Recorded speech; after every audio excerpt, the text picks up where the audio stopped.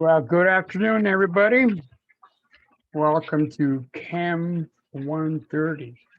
My name is Dr. Fred. I'll be your instructor this semester. I got to take care of some stuff first. Let me do this and then we'll proceed. All right. If I destroy your name, my apologies. Okay. But as I call your name, if you will, in the chat, please type in your full name because that way I got record that you were here. Okay, Zach. Zach, are you here? You're welcome to unmute yourself. All right, Zach, got you. Will you please type your name in there? All right, Malak Ajaberi. Malak Ajaberi. No, see you. How about Trevor? Trevor, there you go. Sir. I got you. Thank you, sir. Type your name in. I appreciate it. How about Sherry Brown? Sherry Brown. No, Sherry Brown. Okay. How about Emma Cameron? Cameron. I'm here. I got you. Good. How about Lindsay Cunningham? Cunningham? Nope. Okay. How about Jordan Formia? Jordan? I'm here. Got you. And how about Emily Gant? Emily? No? I'm here. Emily's here. Oh, there you are. Okay. Got you. How about King Goddard Harris? I'm here. Got you. How about Nicholas Goodwin? Nicholas Goodwin. Okay, no Nicholas. How about Ryan Griggs? Here. Gotcha. And I got Oteli Onani. Yeah, I'm here. Okay, gotcha. How about Ava Hubert? I'm here. Thank you. All right, and then I got Gabriel Lopez. No, okay. How about Bella? I'm here. Got you. All right, thank you. Mercedes, I'm here. I saw you. There you are. And Anahid Nemenzi. I'm here. Got you. And Alexandria Sutherland. Alexandria. Don't see. Okay. Did I miss anybody? Yeah, you didn't call my name. What was Mac? Yes. Okay. Let me write that down. Type in your name, if you will, please, Andrea. It's probably not updated on my end. Okay. Anybody else? All right. I'm also well, here. I was muted. Okay. Who was that? I was here. Sherry Brown? Gotcha. Sherry Brown. Gotcha. Yeah. You did type your name in, right? Perfect. Okay. Well, welcome aboard. Get to torture you with some chemistry for this semester. All right. Let me start here. Let me give you a little background about myself. And we'll go from there, and then I'm gonna give you a little background about myself. I always wanted to know about my instructors and knowing about how they got to where they're at. And then after that, I'm gonna jump into Canvas. I'm gonna use the student view and talk about the resources you have on Canvas. Okay. And then we're gonna touch on some items on the syllabus, not a lot, just a few. And then after that, if there are not any questions, we'll jump into chapter 1. Now, normally we're scheduled from 1 to 3:40. That's a long time. All right, so we will take a break, 2:30 or so. And now you do know, if you don't know, The lecture part, the Zoom sessions are, I do this live online every Friday. The labs are on your time, okay? And we'll have more to say about that. So now I've been asked, do I have to come to the lecture? Do I have to come to the Zoom? Well, you know, for the first one, yes, because I'm required by Maricopa. If you don't attend the first one, then I got to drop you, and I don't want to do that. But that's a Maricopa Community College thing. But with respect to coming in here, from my perspective, this is your money. You pay for this education, okay? I'm here to assist you in any way I can to get you to your goal of getting that little piece of paper. Because that little piece of paper at the end is going to open up a lot of avenues for you.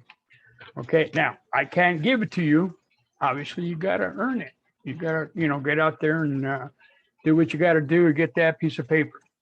But more on that in a bit. So someone just came in. I don't recognize the name. Where is it? I got NIC 219. Yes, sir. Yes. Oh, if you Yes, sir. could, what is your name so I can mark you off? Nicholas Goodwin. Goodwin. All right. Yes, sir. Yeah, I used to work with a Goodwin many years ago. All right.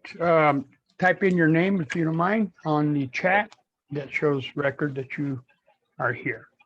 All right. Let's, where are we at here? Let me share my screen with you. Now, if for some reason we lose connection, right now I got a lot of my windows are open, so it's putting a little stress on the computer. But after I'm done with that part, I'll shut them down. But if in case we do lose connection, just hang tight. Sometimes it'll kick you into the waiting room, and then I got to reboot on my end and get it going again. So wait a few minutes and come back in if it totally kicks you out. Okay. All right, so here we go. Welcome to Online Chemistry. Now you're going to notice here in our presentation that I teach both two places, at GCC and SCC. For all three classes, I utilize the same textbook, the same information, and I have more to say about that. But what that does for you is it gives you the opportunity to attend some of my lectures on Tuesday and Thursday, if you like. The more information you get, the second, maybe another batch of what I talk about, sometimes that helps. All right, so I'm an Arizona boy. I grew up in a town here east of here in Superior, Arizona. And I left about half a century ago. I used to say 100 years ago, because it does feel like 100 years ago. And I joined the military. So I am a Air Force veteran, Vietnam veteran. And there I did my job was a civil engineering. So I ended up in Kansas City. My ex-wife was from there. We ended up moving there. And so I started my education in Kansas City. I got my Bachelor's of Arts in Chemistry from a university called Avila University, which is kind of ironic that I got a degree in chemistry, because the first time I took a chemistry class, I totally blew it. I got an F, flat out F. And a lot of it was the way I was at a different college, and it was the way it was taught, I think. So I got to Avila. They kind of teach in a different perspective, and it kind of rubbed off on me a little bit. So sometimes it's good for some people don't like it. I don't know. I continue my education, and I finally ended up there again, University of Missouri, Kansas City. Good old kangaroos there, and I got my doctorate. Specifically, I got it in organic chemistry. And so from there, I didn't go into academia. I went into industry, and I worked as an industrial scientist. So I'm retired now. My main job, even though I was a chemist, is background in training was process and product improvement. So basically, you look at a product and you say, hey, how can I make it look better? How can I make it cheaper? I can, so on and so forth. Or I look at a process. And in that time period, I had the opportunity to work with a variety of people in this technical field. I had to work with lay people who knew nothing about chemistry. And then at the other end of the spectrum, I worked with my colleagues with, knew quite a bit about chemistry. And I had to communicate the information, the lay person, and try to interpret what they're trying to tell me and put it in chemical terms. So I will use a lot of real life situations that you're familiar with already with respect to chemistry, but maybe we're not aware of. And not think of it as a chemical process, but I can tell you right now, there's a lot of chemical process going on right now, just as you sit there listening to me. Well, I retired, but I want to kind of keep my head in the game, so to speak. So I continued I started doing adjunct teaching, and I started at GCC, and then I started at SCC teaching chemistry on a part-time basis. I've been, I think, SCC, I've been in 2 years now, and GCC going on 6 years as an adjunct instructor. Okay. I also, prior to that, worked at Carrington College as a former adjunct and taught chemistry, obviously, but also taught mathematics and physics. So I got a little bit of a wide background as far as teaching. Nothing's complicated with respect to mathematics. However, here's the point about mathematics. A lot of people, the first thing they ask me is, I'm afraid of math. I don't like it. I can't do it. I don't know how I'm going to pass in chemistry, blah, blah, blah. Let me tell you this. You can add, you can subtract, you can divide, and what else? Add, subtract, multiply, divide, a little bit of algebra, nothing complicated. The math in general chemistry should not be a problem, okay? If you can balance your checkbook, you should be able to work with the math that we're going to work with. All right. Prior experience. Well, prior to doing all this chemistry stuff, after getting out of the military, I worked in construction, was a maintenance hand for a long time. So we had multiple jobs working through my education. I worked customer service, food and retail industry. I'm also, I don't program as much as I used to, but I was a programmer as a chemist, and also did some caregiving work. I have 9 children, and my youngest is 1 year old. So she popped up here a year ago. In fact, her birthday was the 18th of this month, and I have 9 grandchildren. So quite a diverse background that I bring to you. I'm not your typical, I went straight from graduate school into education. So maybe it might help with respect to learning chemistry.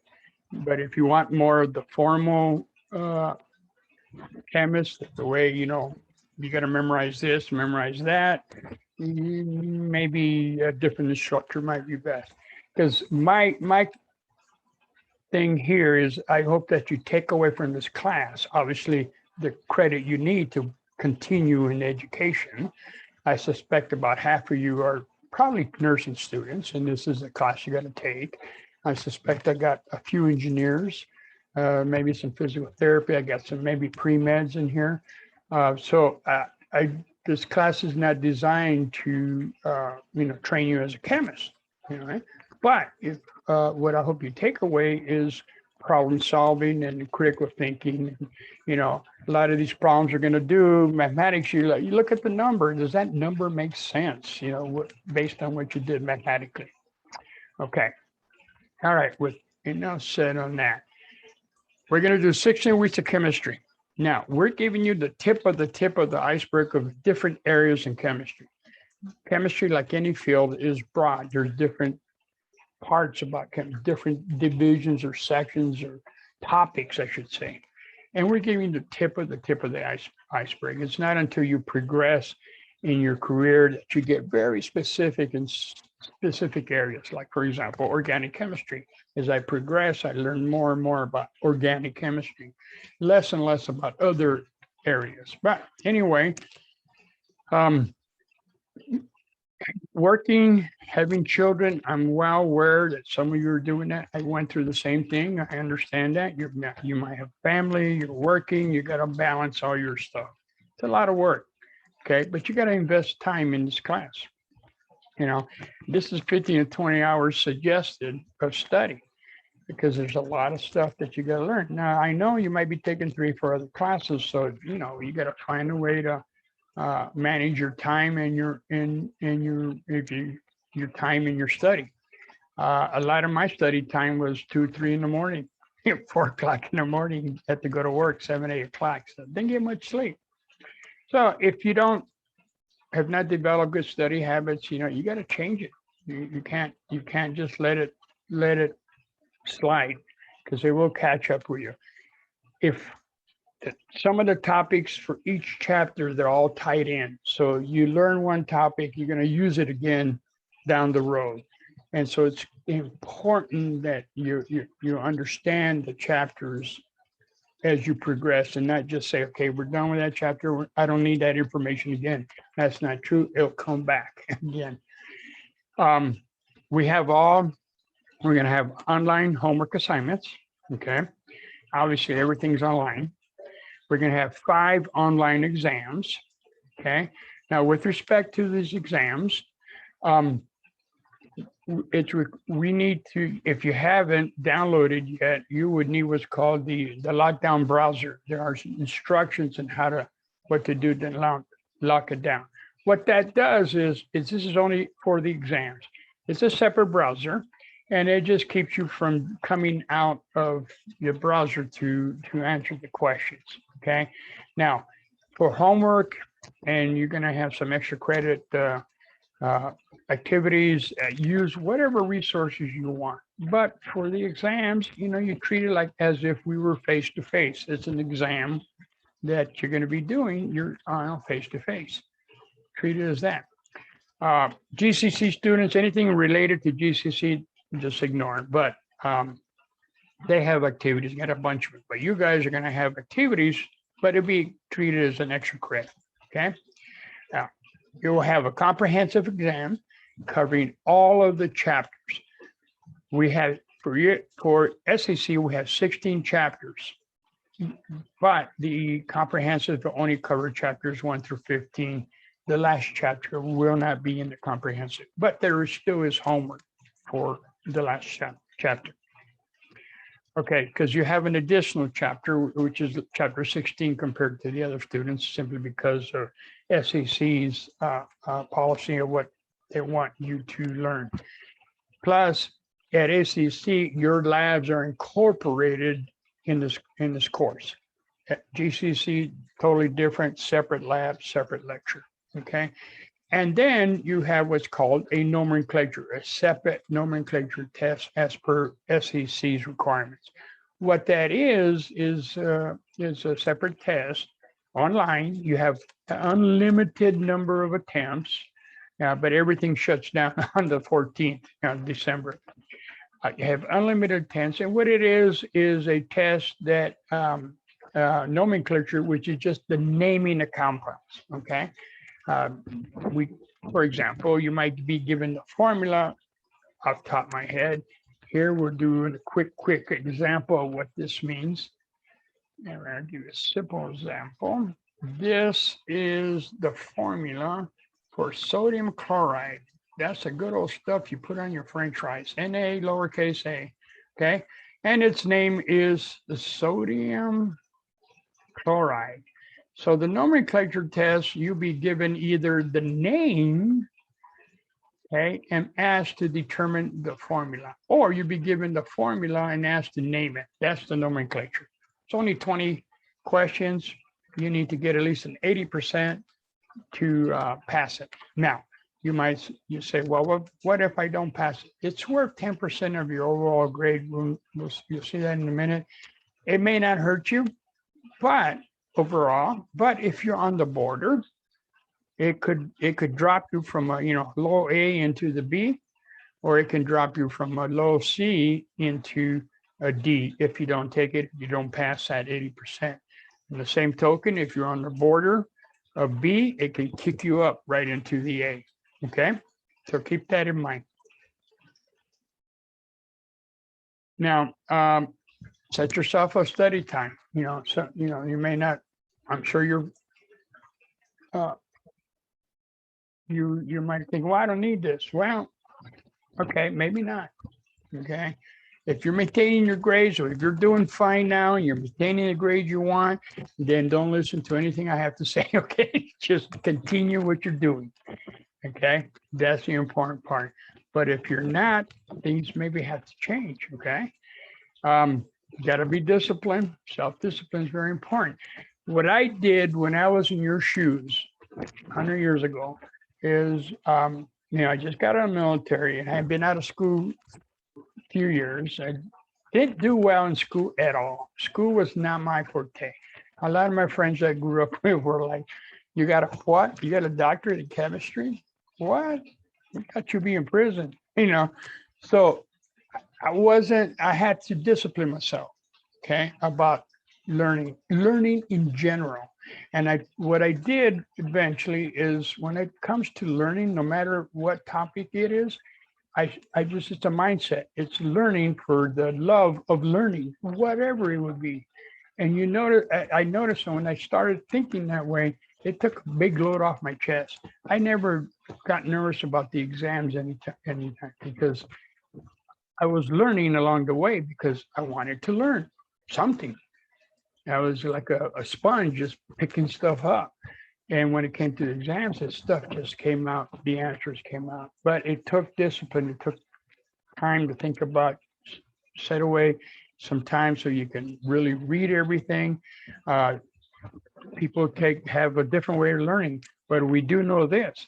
You learn by writing things down. Use all your senses. And by reading, obviously, your sight, your hand, you write it down. And by listening, we are recording. Let me see, I'll make sure I got the recorder going now. We're recording everything we're doing here.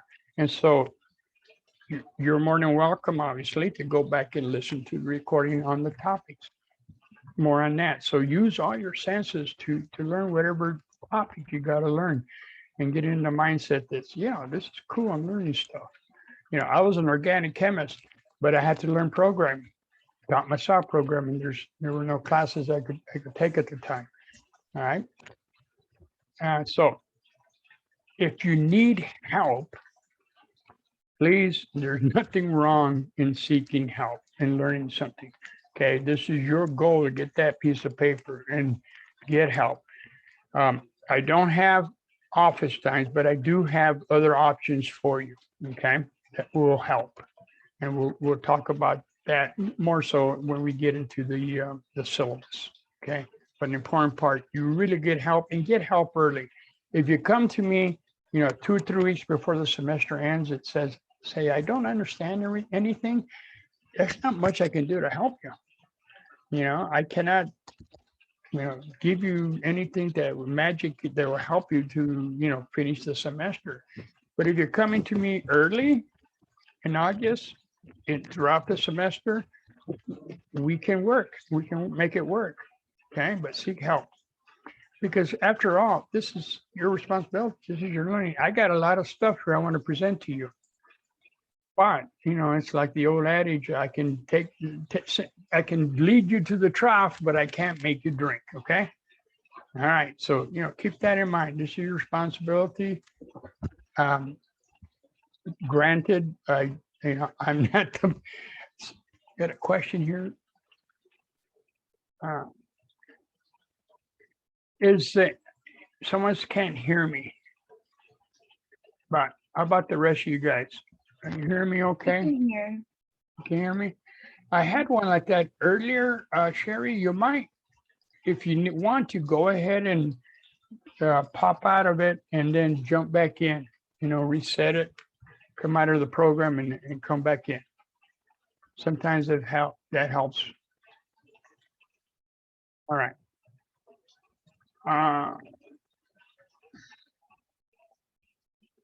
So time management, very important. Okay, for you. So set up some kind of a schedule for you. I think Student Services does offer some assistance with study habits and study guides. You might want to check that out and give them a holler and see what they have to offer to help you out. if you're having challenges with maintaining this. Now, this is for my GCC students. Does it pertain to you? But you are more than welcome to come on Tuesday and Thursday. I got 2 sessions. I got a 1 o'clock and a 4:15. Okay. Same link that I utilize to get to this session. What I do there with all 3 of my sections is I try to maintain the same chapters more or less at the same. We're not that far apart. Like right now, my 2 sections are like 2 or 3 slides difference. Okay, so feel free to come to those days if you like, if you want to get another, get some more information. Okay. Obviously, for you guys, we are from 1 to 3:40. We're going to have a 10-15 minute break in between. Okay. 10 to 15 minute break. Okay, Sherry, I see you came back on. The only thing you missed here is I'm stating that if you'd like, you can come through my GCC sections to listen to what I have to say about the topics. Okay. To get a second batch. All right, because all the sections are using the same textbook, all PDF files, basically the same assignments. Okay, maybe a little bit different here and there. Similar exams and the activities. Okay, so I kept everything constant.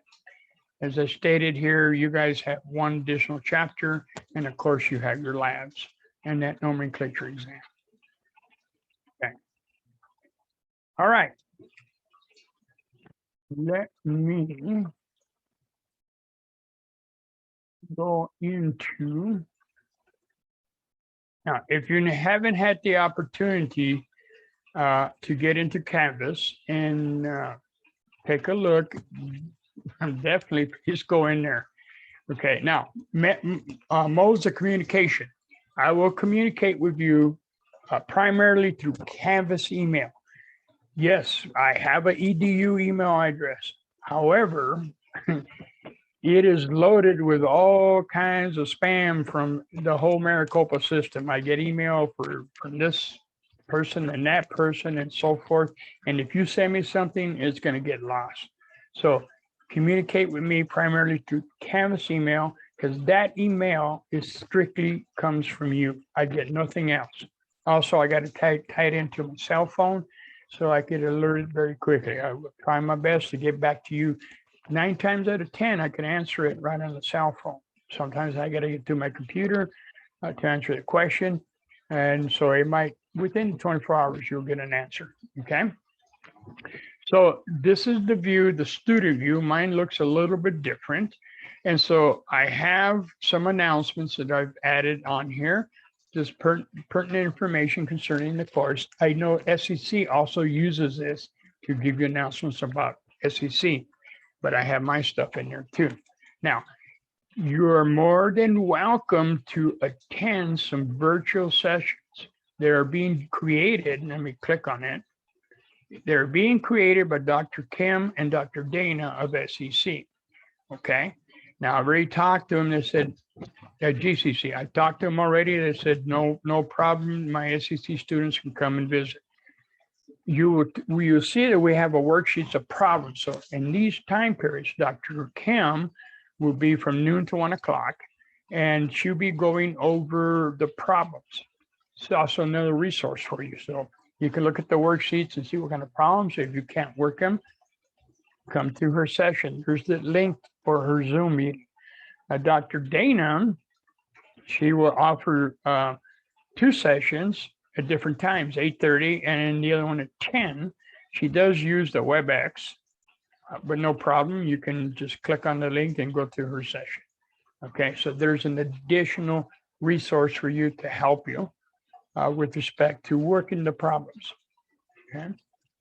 Obviously, there's also tutoring. SCC has their own tutoring section and there's their own chemistry people there, so you can attend that. Okay, let me go back to the home patient. Now, everything is in modules. Okay, so the first module is just a picture of the schedule of the assignments and so forth. I'll come back to you in a second. You have a welcome module, okay? And a little bit about me, who your instructor is, and then there's two tables that you really need to print because we're going to utilize those tables quite a bit, okay? Quite a bit. And then I threw in some YouTube channel of a gentleman who helps with understanding, learning chemistry. So, yeah, it's a good listening. So take a listen to it. It might help. And then some stuff from SCC about COVID and online learning essentials. Okay. And then SCC has their own group of a bunch of information under the first steps module. Okay. About that's their stuff. Okay. It talks about Canvas and so on and so forth.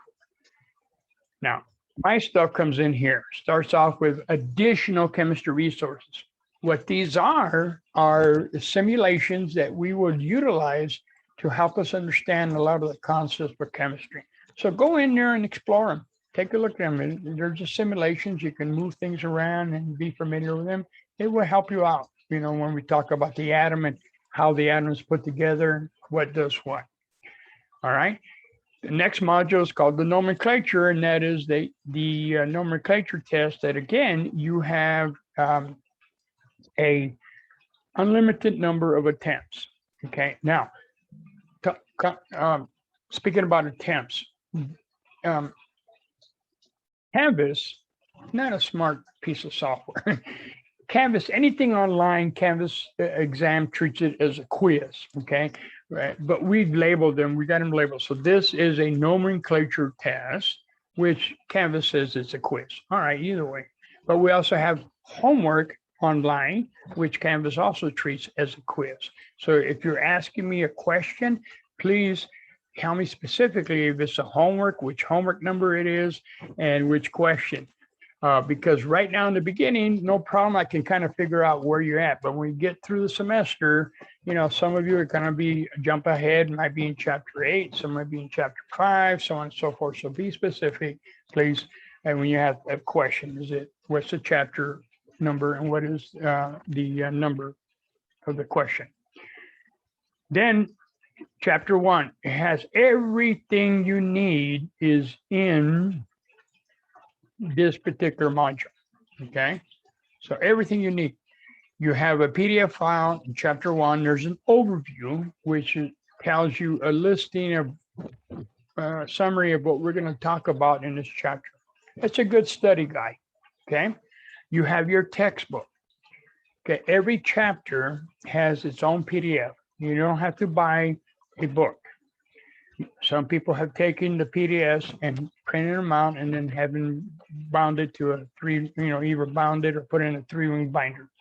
Okay, if you want a regular textbook, chemistry textbook, you're more than welcome to buy one if you want. But the topics may not coincide very well with what we're talking about. Okay, so it's up to you. Now, there is in every chapter pre-made videos of that topic. Dr. Kim created videos. She got a grant and created videos for every chapter. And so therefore, you have the opportunity to listen to someone else talk about the same topic that I'm going to talk about on Friday. Okay? So there's every chapter has the video. You also have in there a worksheet. Every chapter has a worksheet, which gives you the keys, and they give you a list of work problems you can work through, which the virtual meetings are Dr. Kim's and Dana will be talking about. So you can work through them. Don't look at the key. See if you can work the problems out without looking at the key. And if you have any problems, shoot me an email and/or go to the virtual meetings with that. Okay. And then, of course, you have the homework for that particular chapter. Okay. I also gave you, see, a lot of resources in every chapter. I gave you the PDF file format of the PowerPoint slides that I utilize. Okay. And a lot of people take those, print them out, and then when we're talking, they use those to write their notes on. Okay. And then, of course, depending on where you're at or whatever, this one here, I put in an extra credit check. What this is, it checks the lockdown browser to make sure it functions properly. You simply go in there, answer a few questions, and it's easy money there, 5-point extra credit. But that's a check to make sure that the lockdown browser you downloaded is functioning properly. The key thing about that lockdown browser, if you have not used it before, is you got to make sure you're using the one for the Maricopa Community colleges. There's a lot of lockdown browsers out there made by the same company, but they're not made for our college. Okay, so make sure you got the right one. So that activity is a check to make sure it's working fine. In the past, we've had challenges sometimes with images in the questions. Sometimes you don't see the image. If a question refers to an image, for a variety of reasons, we have yet to figure out. Canvas doesn't allow you. Now, 9 times out of 10, it turns out that the people were not using Chrome. Tech support recommends Chrome as your browser, okay? But if for whatever reason, whatever browser you're using, you don't see an image for a question, shoot me an email. I would definitely give you credit for that question, okay? And I'll shoot you the image so you can see what that question was. All right, so, and you can see here that every chapter is set up in the same manner, okay? Overview, text file, videos, worksheet, the homework, and then the PowerPoint slides for that chapter. Okay, and let me see, I think, yeah. And though I put them in modules, if there's a reason you want to go find, I put another module where I put all the PowerPoint slides together for you if you want to use that. But every module, every chapter module has the PowerPoint slides. And then we have here the labs, okay? First one's not due until next Friday. They'll be due every Friday, okay? And then every Friday until the end of the semester. I think we end up with the week before with no lab, the last week before the finals. I think it's no labs. But anyway, everything is there. Some labs are extensive, so set aside 1 or 2 hours. This is like a lab, like we were doing if we were doing in-face, a lab. Those labs, they're, regularly our lab will be from 8:30 to about 11 o'clock. And those labs will take the whole time normally if we were doing the in-face. So these labs are the same. So I try my best to correlate the lab topic and the lecture topic. But however, occasionally there isn't, there's, for whatever reasons, you may have to self-learn, okay? Because these are on your time. Now you might say, well, wait a minute here, you should be talking about this. Well, this is an exercise of the real world. Because there will be times in your career, if you haven't done it already, maybe you have, you're out there working, that you are responsible for learning something new on your own, okay? You may have to maybe teach or train somebody in your workplace, and therefore you got to go learn the topic a little bit better so you can present it to whomever. You can end up being a trainer. Heck, you could be out here teaching. Like, I never thought I'd be out here teaching myself, but here I am, okay? So you may have to self-learn some topics. Now, the thing about these labs and the homework, there is a due date, but there's no time limit, okay? So you can, for example, in the lab, start it, it's due on Friday.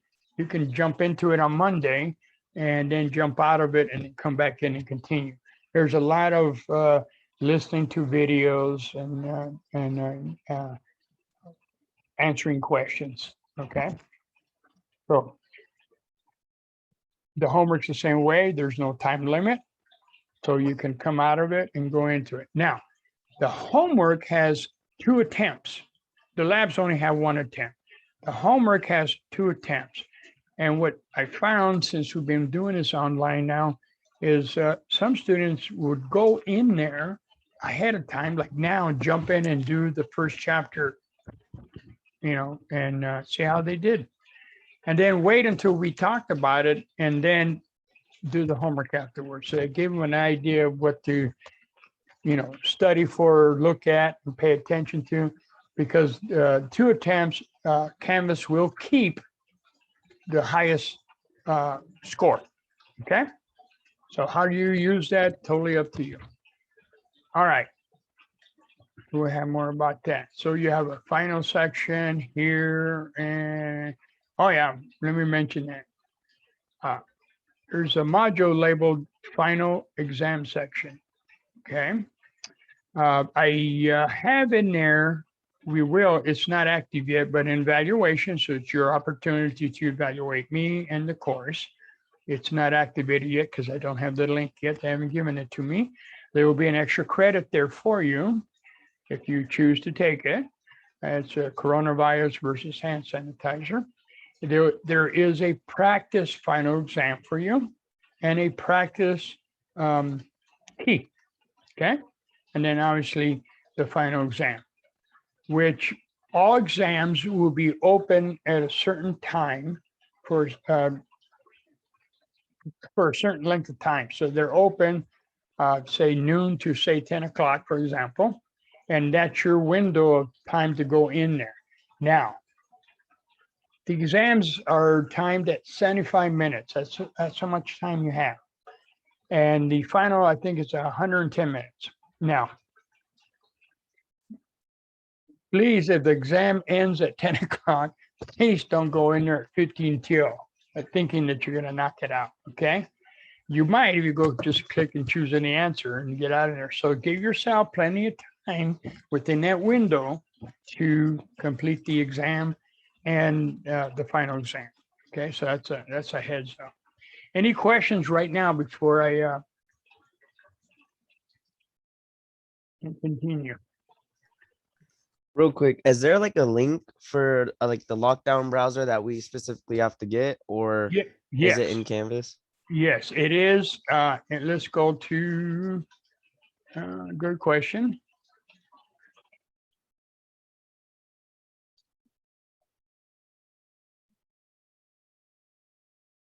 All right. In the nomenclature exam, okay, you see there's instructions down at the bottom, and it says the exam requires the lockdown browser, respond to this lockdown browser, and there's a link there that sends you to the lockdown browser. And if it's set up, I set it up, if you're using an iPad, it will support an iPad. And there's a link there for those of you using iPad to download the particular lockdown browser, okay? And there's a student guide. So it won't function very well on a cell phone. And so be prepared to be using a computer system. If that is a problem, please let me know as soon as possible, and we'll see what we can do. These are the technical requirements. Okay. No, I don't activate the webcam, so I'm not looking at your webcam. Okay. I put that in red. People are concerned about that. In fact, if you are concerned, put a little post-it note over your camera on your phone, on your computer. No, I'm not using the laptop. Exams, the question was exams. Oh, by the way, Sherry, can you hear me? I can hear you. Okay, good. All right, so Ryan has a question about how our exams are formatted, multiple choice, fill in the blank, all of the above, okay? Multiple choice, fill in the blank, type in your answer. Okay. The final, but with the exception of the final, let me qualify that. The final is all multiple choice. But exams 1 through 5 are a combination of multiple choice, fill in the blank.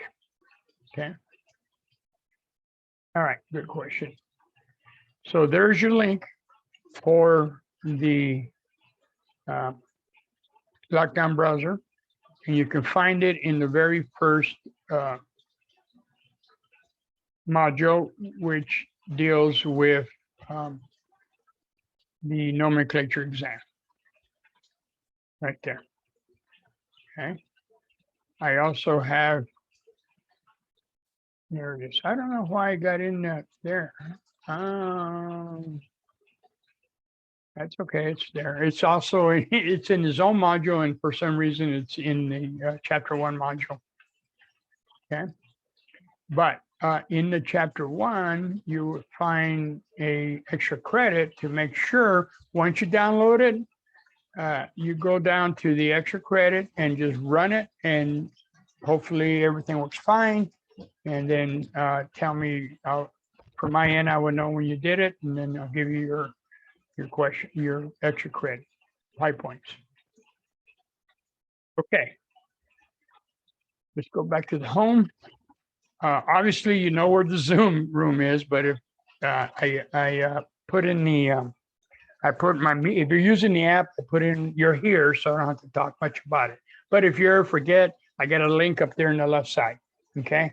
Now, all of the recordings are being uploaded to YouTube. I got a YouTube channel, and if you click on that, it would ask you to open up a new tab, and it will send you to my channel. Right now, I have 4 my Tuesday and Thursday class. So you'll find I got it in here. I'm gonna have to separate, call yours SCC, or I got to distinguish. But I make notes here. These are all my Tuesday and Thursday, and then yours would be Friday. Yours would be the longest one. These are 1 hour and 15 minutes, but feel free to listen to those if you like, not a problem. Some students have subscribed to the channel, so when I upload something, you get notified. Okay, let me go back here. There is an additional resource for you called Studyme on the far left side. If you click on that, okay, it's going to give you this screen, and just continue with Studyme. All right. What I've done is I've uploaded 143 chemical names and formulas to help you with the nomenclature test. Okay. And so if you click on this link up here, it says nomenclature practice. It sends you to a new window. Now you have a choice. You can either work with flashcards. I recommend, of the choices here, I would just use flashcards and matching, because this little tool doesn't quite understand the parentheses and so forth that you're going to be utilizing. So what does this mean? If I click flashcards, this occurs.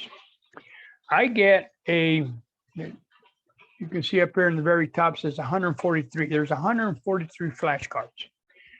Now here's the name, diiodine monoxide. And what they're asking you here is to write the formula. So I flip the card, and that is the formula. Please note that this doesn't support subscript. Normally that 2 will be I subscript 2 O. Okay. And then you go on to another one. Here's the name. We'll learn about these with time. Here's lead, parentheses, Roman numeral 4, bromide. That has a meaning, and that is the formula PbBr4. Okay, so that's an additional tool for you. If you don't like the flip cards, you might want to try the matching. Taking those same 143 examples, I got the name here, chromium 6 oxide. Okay, and then you got multiple choices here. And if I put this one, it's going to tell you, no, that's not it. Okay, so you know right away. So there's an additional tool for you to help you out with respect to nomenclature, and that is the naming of these compounds. Let's go back. Any questions so far? Okay. All right. Well, with that in mind, let's go to the syllabus. All right. So let's do this. You can download the syllabus, and we'll see that here in a bit. But I went ahead and put the main part, from my perspective, of the syllabus, and that's the schedule. Now we have, and notice I set up here, tentative class schedule. And the reason I say this is because, yes, I'm going to start with chapter 1, but, you know, depending on the questions, depending on the topic, I might take a little extra time, I might take less time. The thing to remember is this: the homework will not be due until after we are done with that chapter, okay? And so I give you 1 or 2 days after we're done with that chapter to make that homework due. Right now, you got due dates set up because I have to put something in there for right now, but those are adjustable. I have some latitude with the exams. The first exam is scheduled for September the 11th. You can see there on the third entry there in the table. But I have 1 or 2 day latitude. Okay. But I more than likely will hit that schedule, that date. So you know ahead of time when the exams, okay. On the far column, you see the corresponding labs, and those are the dates that they're due. About the October the 8th, we'll have a midterm lab exam, and those that will cover labs 1 through 5, and then you continue with lab 6, so on, 4, so on. We got Thanksgiving, November the 26th and 28th, so no class that Friday. Okay. And then finally, when you come back from Thanksgiving, the following Friday, you have the last exam for the labs. So therefore, we will have no lab on this December 10th or the 17th. Okay. Again, the labs are on your time. Now, that nomenclature exam, if you complete it, in other words, you obtain that 80% that's required by the SCC chemistry, the chemistry department, you'll get a little 1% bonus. Okay. So it's like I said, 20 questions, and then if you get them all right, then your score is 22 over 20. If you need to withdraw, the last day you can withdraw yourself, I believe, is October 10th, no, 9th. Okay. Now, I can withdraw you if you pass that date. Hopefully we won't reach that state, okay? But if I have to, if you want to, I can withdraw you. However, if you take the final exam, I cannot withdraw you, okay? So give it some thought, and be careful too about withdrawing, especially if you're on the VA. Do I have any veterans here? No veterans. Okay, so if you are using your VA, and if you drop class, that kind of puts you in the bind. The same with student scholarships and any other type of aid. So be very careful about requesting a withdrawal. It could put you in financial challenge. Okay, any questions so far? There was a question in the comments. It said that are the labs considered homework, or is it just a separate? So the labs are class partition. No, the labs are a separate assignment. Okay. If we were doing this in class, your lab would be from 8:30 to 11 o'clock-ish. Okay. And we will actually go into the lab and do the experiments. Okay. But obviously we're not. And then the lecture would be from after we're done with the lab in the morning, and then we will be in the lecture from 1 to 3:40. And that's a normal schedule for in-person chemistry. And so the labs are not homework. They are a separate assignment. Does that answer your question? Just like the homework for the chapter is a separate assignment. Did I answer that correctly? Class participation assignments. Class participation is this, and I mentioned I was going to call up the syllabus. Okay. Let me do this first, and then we'll get to the class participation. Maybe it'll answer it better. Okay. I'm assuming everybody's got this because I did send an email out. So if you don't have it, it's on your Canvas course. Okay. Here's the Zoom information about the class and so forth. Pretty self-explanatory. A lot of this, I'll let you read it. It's up to you. Okay. Now, since I'm using the same information that GCC has a website that you're more than welcome to access. Okay. And I gave you the link right here. We're going to access it in a little bit. But everything on that website, as far as textbook and videos, and I have already given you a link to that. So it's really not necessary to go up there, but you're more than welcome to. Prerequisites and so forth. Okay, these are the competencies as defined by Maricopa Community Colleges of the information that I must talk about throughout the semester. And there's 29 main points there that we will talk about. Okay, with respect to chemistry. Number one, a textbook, as I mentioned, is provided for you. There's no cost in that. Okay. Now, if for some reason you prefer, you would need a book, and then I gave you option number two. This is I try to use open resource books. If you're not familiar with that, these are quote free books or very low price free books.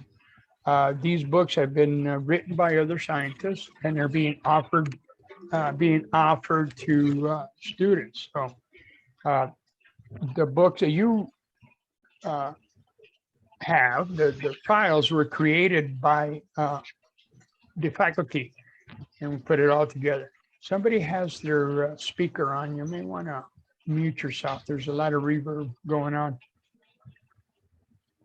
All right, so you will need a calculator because we're going to be working with some large numbers, and you need a calculator that can do specifically what's called scientific notation. Nothing complicated. What it is just a means to input extremely large numbers or small numbers into a calculator. So make sure your calculator can do scientific notation. Okay, so that's important. So I gave you the link to the organization where you can buy a textbook or get a textbook if you want a textbook. It's totally up to you, not required. Lecture homework, it is worth 50% of the overall grade, okay? There's a total of 15 homework assignments. Though we have 16 chapters, one homework assignment is a combination. Chapters 10 and 11 are combined. The lowest 3 will be dropped. Canvas will do that automatically, okay? Each homework allows 2 attempts, and there's no time limit. But be aware that even though there's no time limit, there is a due date. And so what will happen once you pass that due date, it's set up that you will get a 5% penalty per day until you reach the 50% mark. So what does that mean? 5% per day. All right. So by the 10th day late. So on day number 11, if you decide to do the homework and you get 100% and that homework is worth 10 points, the maximum number of points you can get is 5. Okay. That makes sense? Okay. Now there's additional homework on the course website. That is not your homework. That's just additional resource for you if you want to download it and take a look. I can tell you this, that homework and the homework we have is very similar. It's a good resource. Okay? Good resource. The nomenclature exam that I just spoke about, It's a separate exam in itself. It is worth 10% of your overall grade. You have unlimited number of attempts, but as per SCC chemistry department requirements, you must get at the minimum 80%. So that's basically answer 16 out of the 20 right. Then you get 80%. And if you want to continue attempts and boost that up, you're more than welcome. But if you're happy with the 80, you can stop there. If you get 79%, that grade gets dropped to 0 and you continue to go. About a month from now, what I'm going to do is I'm going to put in a 0 in there, and you're going to see your grades go like poof. And I do that to tell you this is how important this exam is, okay? Because what was happening in the past was I wouldn't put a 0 in until like a week or so before the end of the semester. And people were thinking they were doing A's. And when I put that 0 in, because they failed, they didn't attempt it or didn't hit the 80% mark, it dropped them down to a B because they were on the borderline. And they were like, I only got a week left to try to bring it back up when they weren't able to do it. This way, I do it early, you know, right off the top where you're at. No surprises at the end of the semester. Okay. Lecture exams worth 35% of the 5 exams, and the final itself is worth 15%. Now, with respect to the exams 1 through 5, understand things happen. You may miss an exam, okay? I can replace your final exam score and replace it with one of the exams you missed 1 through 5, okay? I can do that for one exam. So that's one option I can do. If you miss the second one, I can't do that. I have to insert that as 0. But if you need to miss it, because you know the schedule now, you know where you're at with exams, and you know ahead, maybe your work is telling me I got to do certain shift for that time period, let me know way ahead. I don't have problems with adjusting when you can take that exam, maybe 2 days after or 2 days before. I can't go any further than that. But if it's work related or something like that, or, you know, something happened that beyond your control, I can work with you. But please sending me an email and saying I forgot, that's not a legit reason. Okay. All right. Experiments. There's 11 experiments and 2 lab exams. That is worth 25%. Okay. The experiments themselves, like I stated, have a due date, and they also will have a penalty once you pass the due date. So keep that in mind. Okay.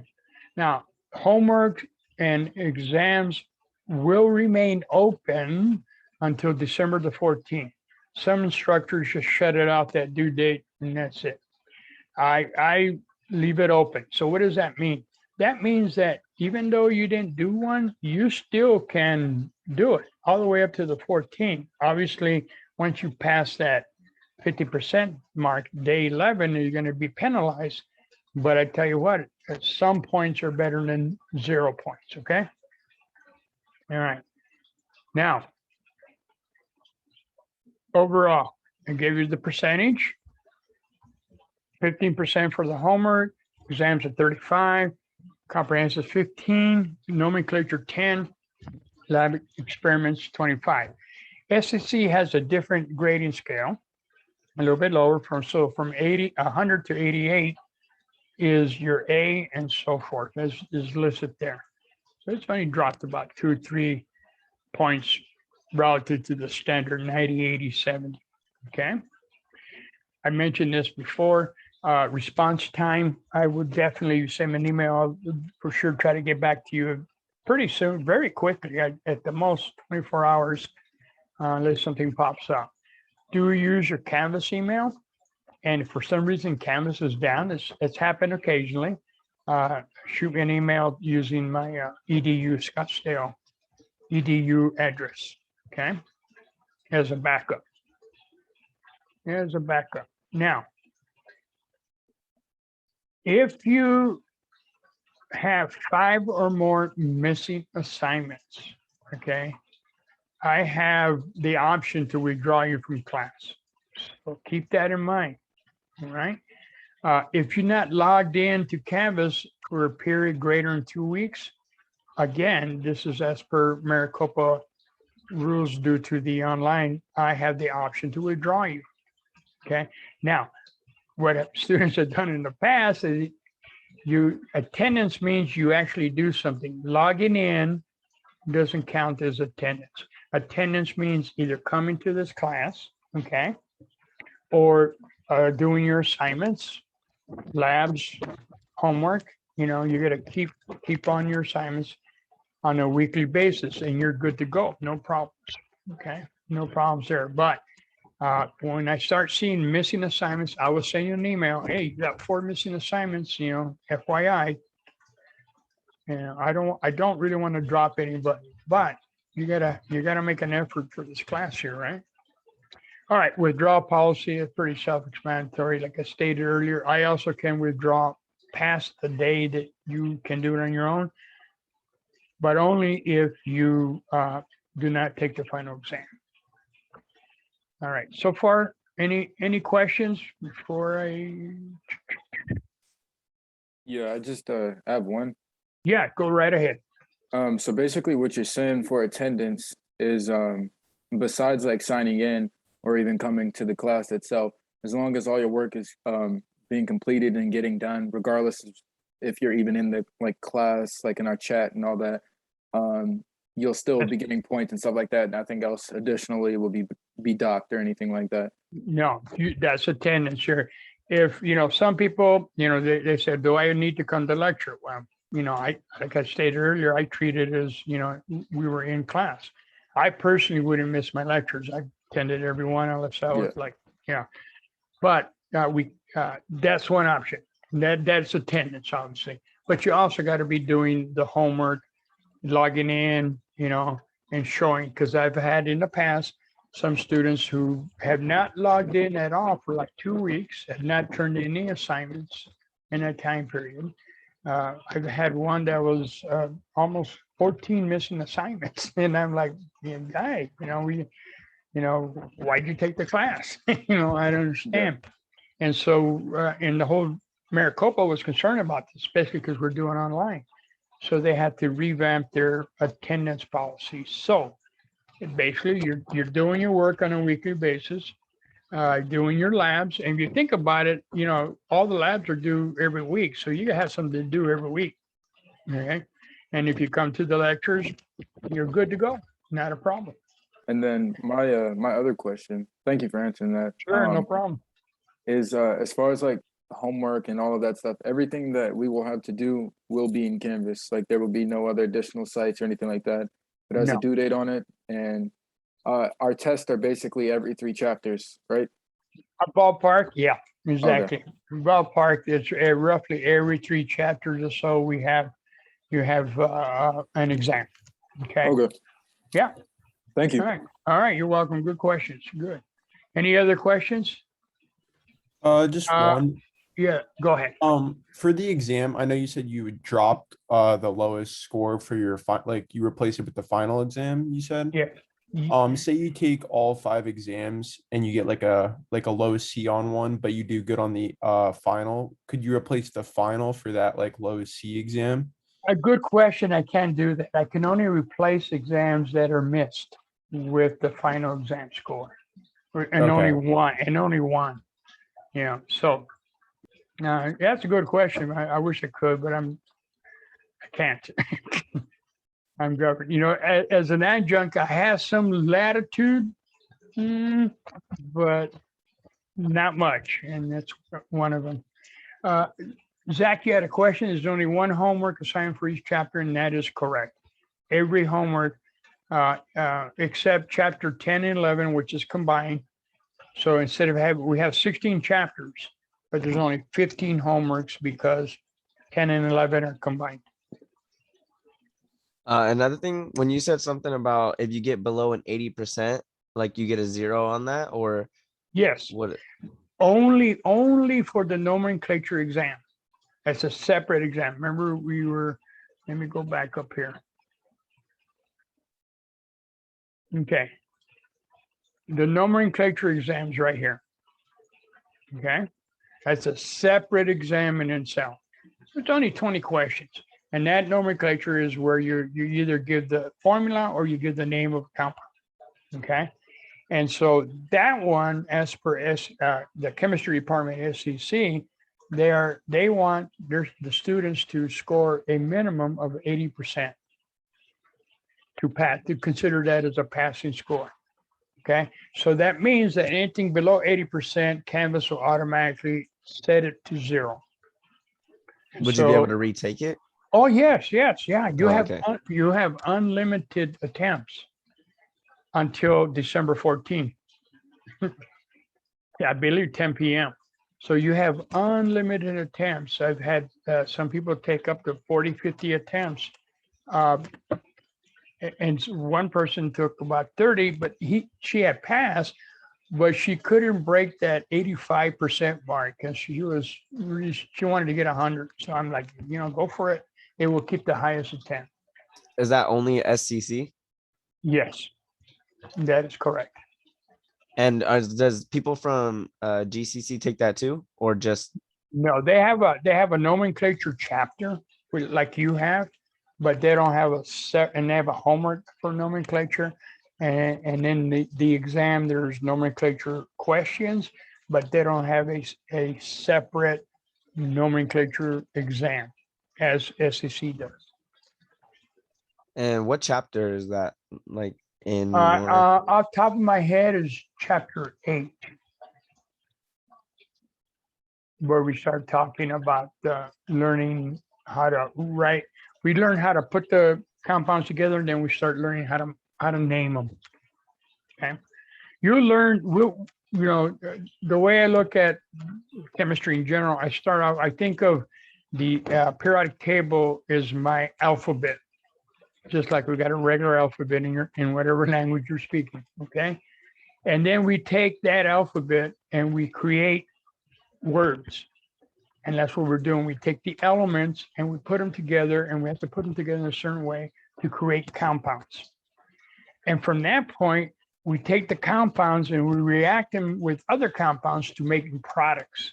And so it's like analogous to taking the letters to make words, to make sentences, to make paragraphs. Okay. And that's, to me, is how I look at the elements. Okay, I hope I answered the question. Sometimes I get sidetracked. I have one more really Sure, quick. go ahead. As far as final exams and stuff like that, what are we allowed to use? Like besides like the calculator and stuff like that? Because I know like you made us print out these formula sheets and stuff like that. So that's what I was kind of curious and see if you could touch on. Right. That's a good question. Obviously the lockdown browser, I don't know. Let me make sure I state this correctly. I don't want no miscommunication. If you would treat the exams as if you were doing the exam in class. Now, what we asked you to print were those tables, because you will be using those quite a bit. And to use that, what can happen using the lockdown browser, if you were to use the digital and kind of go back and forth, the lockdown browser will actually kick you out because you're getting away from the browser. So we ask that you print those out because you'll be using those, and not a problem using those. And obviously your calculator. Okay. Obviously, I have no control on other things. I don't have a webcam on you, but I hope that answers your question. Oh yeah, no, definitely. I just Okay. wanted to make sure before, Yeah. of course. Okay, yeah, good question. Thank you. Yeah, no problem.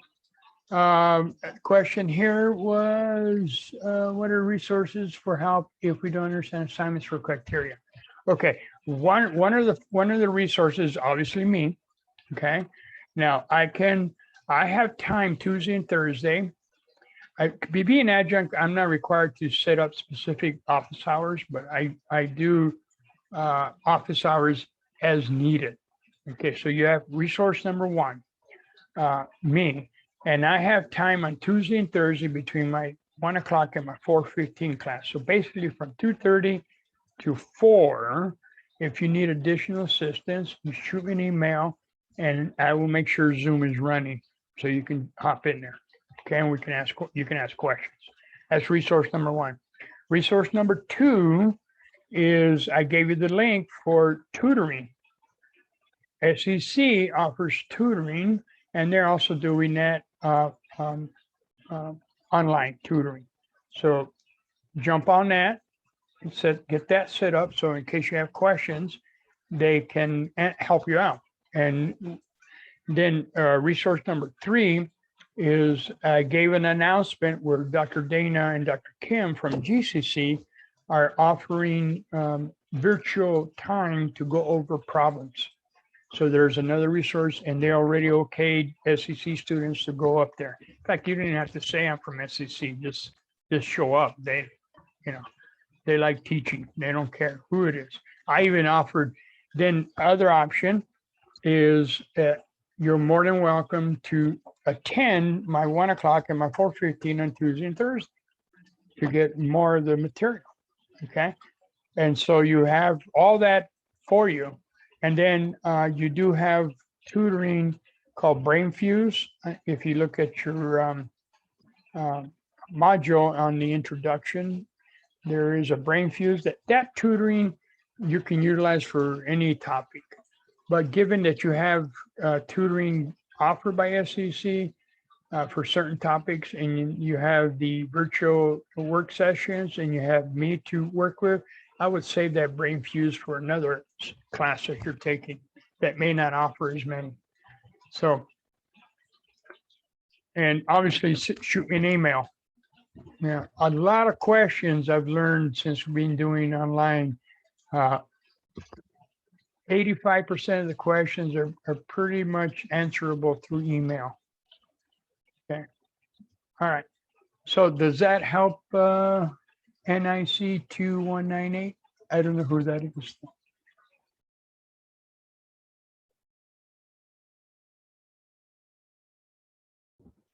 Yes, that helped. Thank you.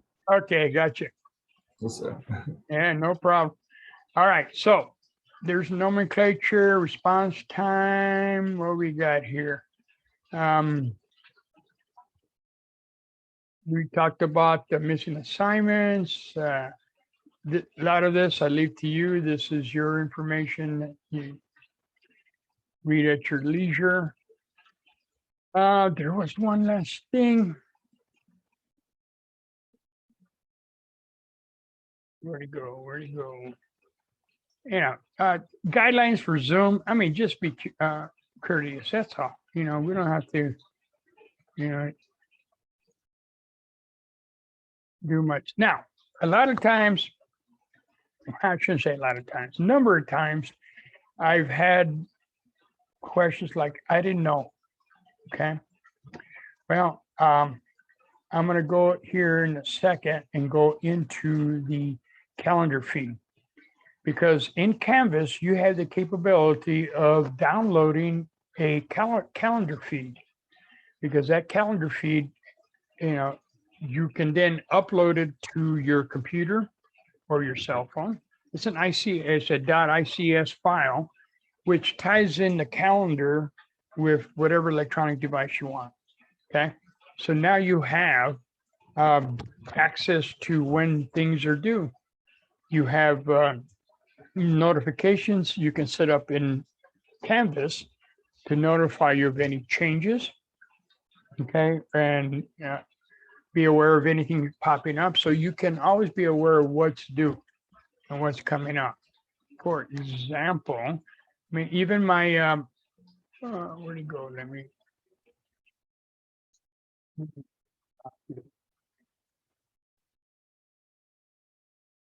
talk about that.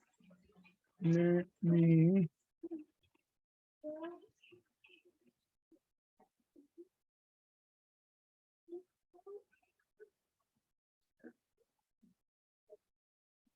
And when it leaves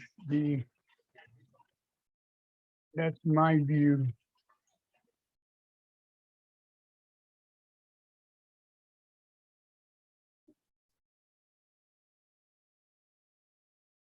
I mean, I set up my Google Calendar that I have access on my computer.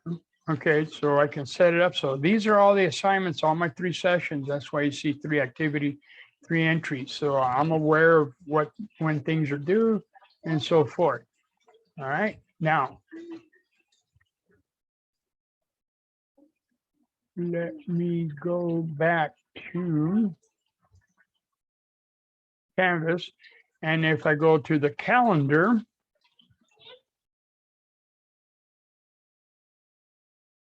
maybe there it is. Okay. Now you see here, this is the calendar for Canvas. So I'm going to click off and just put you guys. So this is all your stuff. I can see it, edit just by viewing. Now on the bottom right, there is a little link here called Calendar Feed. If you click that, you end up with this link that if you cut and paste and then email it to yourself, okay, and then open it up in the email, it would load up into your calendar, be it your computer or be it even your cell phone, if you're looking at your email on your cell phone. Therefore, now you have access on your electronic device at all times as to when things are due. You can see here the next month, this is all your stuff, okay?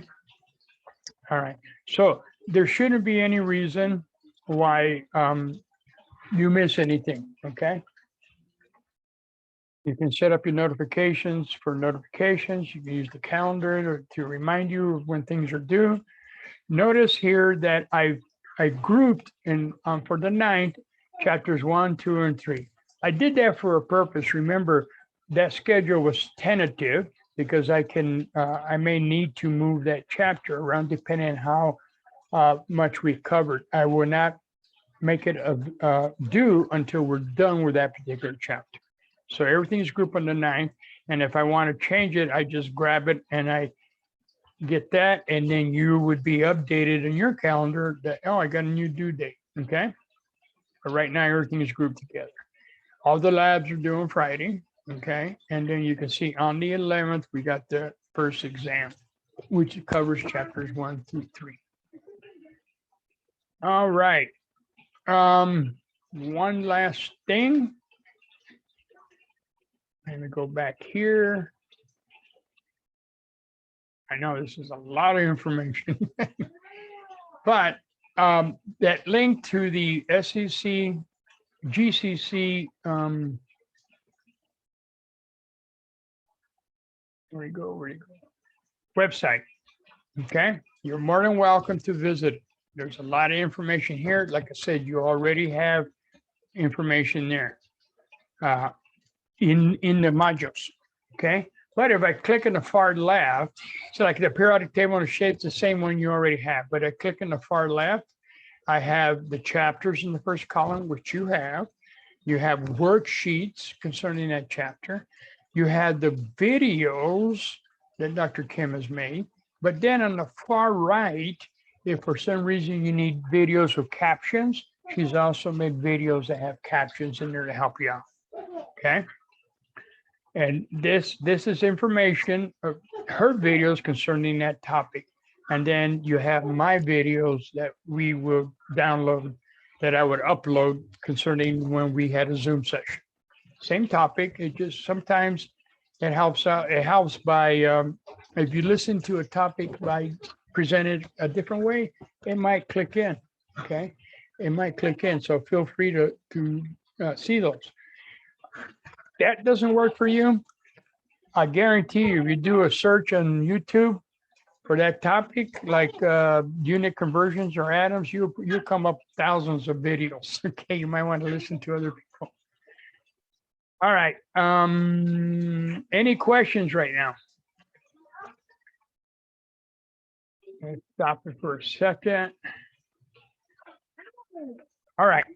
I got 226. I tell you what, I know you might be a little tired. You might stretch your legs out a little bit. When we take about 10 or so, let's say we'll come back about 240. And we will, let me put this on pause. And we'll continue. If there's no other questions.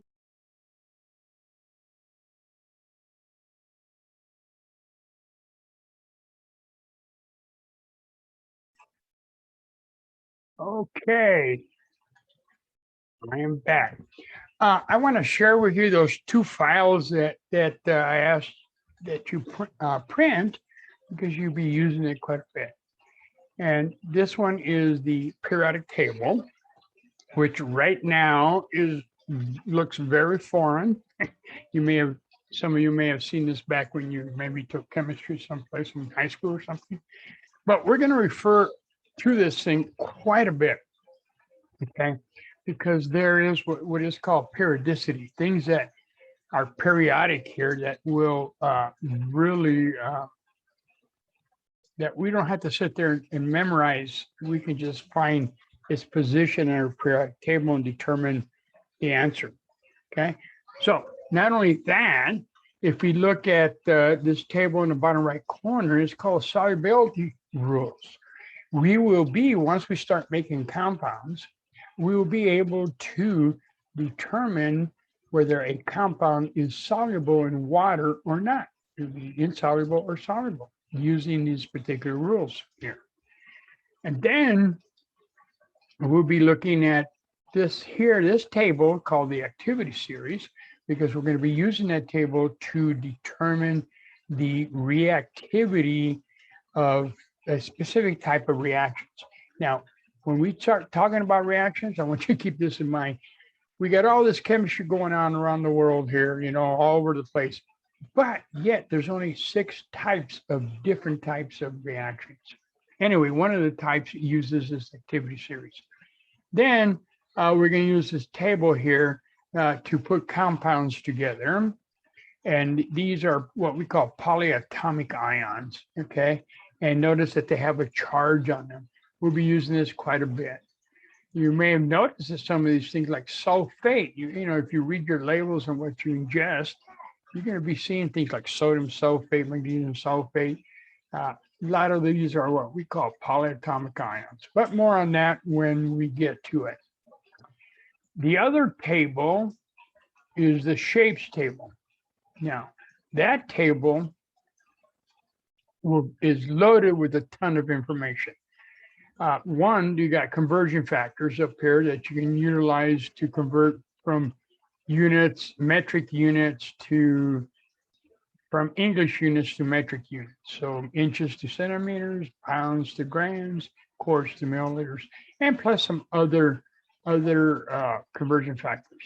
The table down here called shapes, this will actually help us when we start putting structures together. It is one thing to just put the structure together, but we're going to learn that these structures have specific shapes, 3-dimensional shapes. And this table will help us to determine, once we make the compound, what kind of shape it has, okay? So those are the 2 tables that we utilize quite a bit.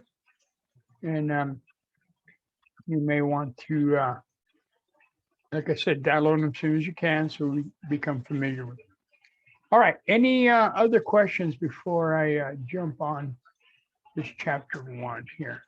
So just quick rehash, take a look at that Canvas course. There's a lot of information there. Be familiar with it. Please find where you need to get your resources. Please don't wait until a month before the semester ends to tell me, where do I find my textbook? Okay, don't do that. All right, well, let's jump on board here and let's get going if there's no other questions. All right, chapter 1, dealing with matter. Okay, but before I begin, I'm gonna talk about this here. We call it the cycle of the atom. This is related to what you may be familiar with. It's called the conservation of matter. Okay, which basically states that we're not creating matter.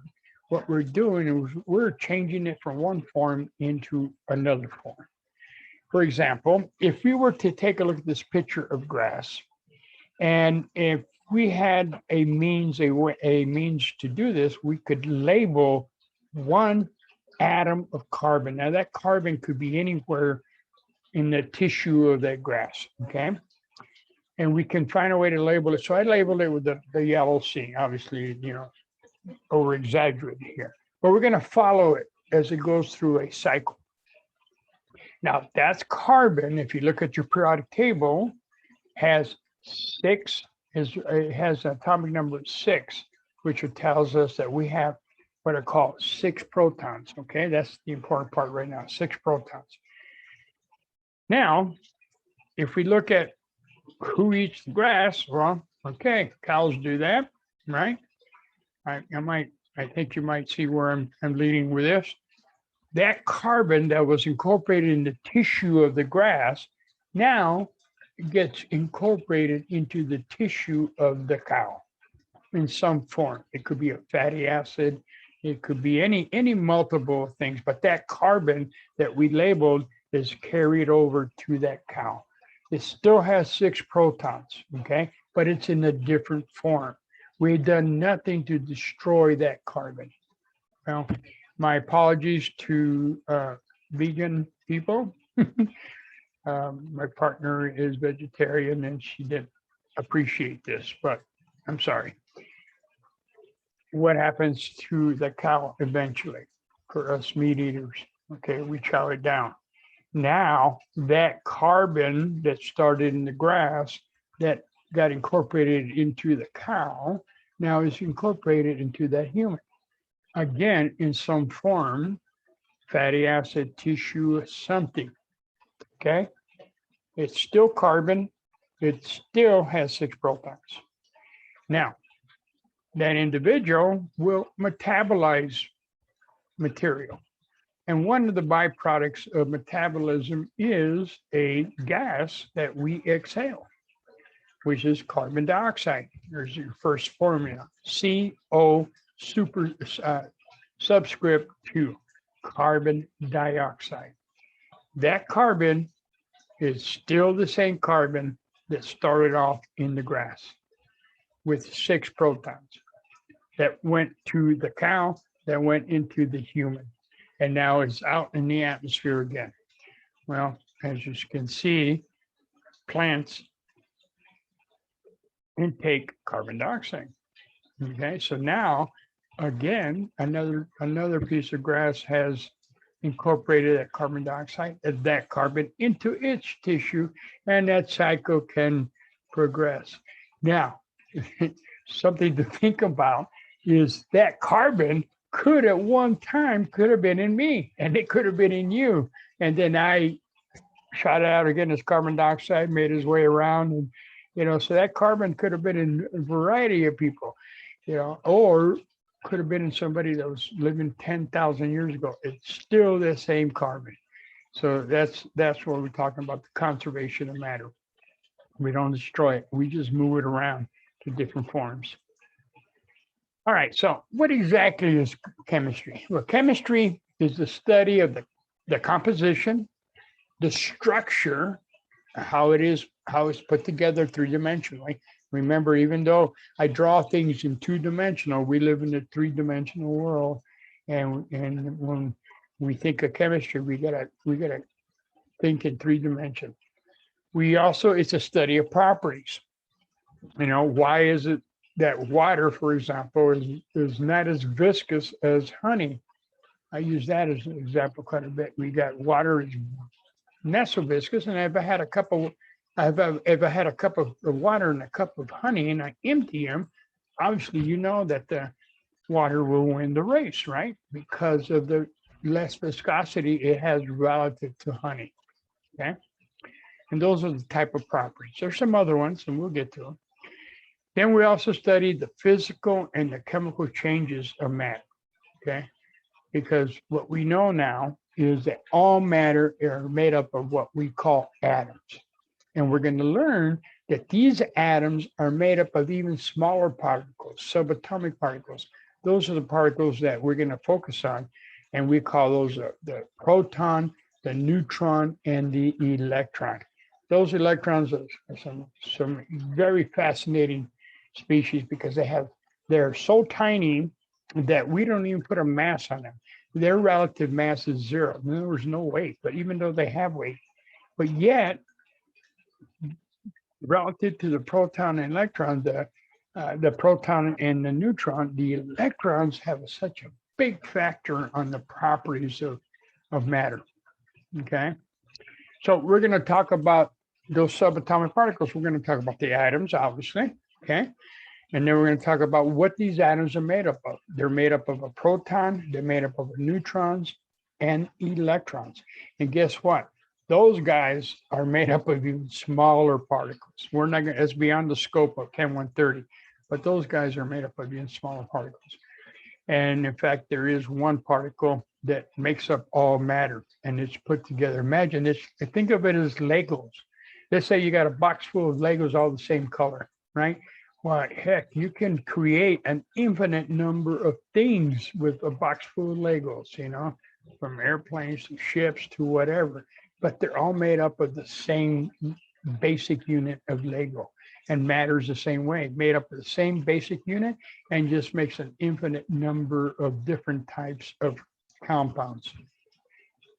All right, so we're going to talk about the atomic mass, which is the weight brought in from the weight of the proton and the neutron, because the electrons are basically weightless. They have no weight. They're so small. We treat them as zero weight, relative zero weight. We're going to talk about chemical bonding. Of all the chemistry that occurs that we're aware of, there's only two types of chemical bonds. That's it, two types. And it's defined as, and that is defined by what are the two atoms that come together. Okay, if they're the same, we get one type of chemical bond. If they're different, they get a different type of chemical bond. And then we're going to talk about reactions, chemical reactions. Right now in your body, as you listen to me, there are tons of chemical reactions. You know, if you have an upset stomach, you have too much Taco Bell, you got a little acid reflux. What do you take? You take Tums, right? Well, guess what? Tums is a base. The stomach is full of acid, hydrochloric acid. You have a reaction, one type of reaction, neutralization reaction. And then if you drove your car today, you had another reaction called a combustion reaction. But the point is that of all the things that occur chemically around the world, there's only 6 different types of reactions. I just introduced you to 2 of them. A combustion reaction. If you were making hamburgers this past weekend or plan to this weekend, you're going to burn something, right? You're going to burn some butane or some propane or some briquettes. That's a combustion reaction, okay? And even cooking that hamburger, there's chemical reactions occurring there. All right, so we're going to talk about the periodic table and what periodicity, what are things that we can take away from the periodic table, because it looks like we got a table with a bunch of little boxes with letters and in the box. Well, yes, it looks like that, but where each element is gives us a lot of information as to the type of matter it is. There's only 3 types of matter that we are familiar with. There are solids, or let me back up. There are metals, okay? There are non-metals, and then there are metalloids. And those are the guys that have properties of metals and non-metals, much like a mule. A mule is a combination of a horse and a donkey. A mule has the properties of both. So metalloids have a property of both, but there's only 3 types of atoms, 3 types of matter. And even more fascinating, of those 118 elements that we see on our periodic table, there's 118. Only 2 of them are liquids at room temperature. There's about 12 of them are gases, and everybody else is a solid.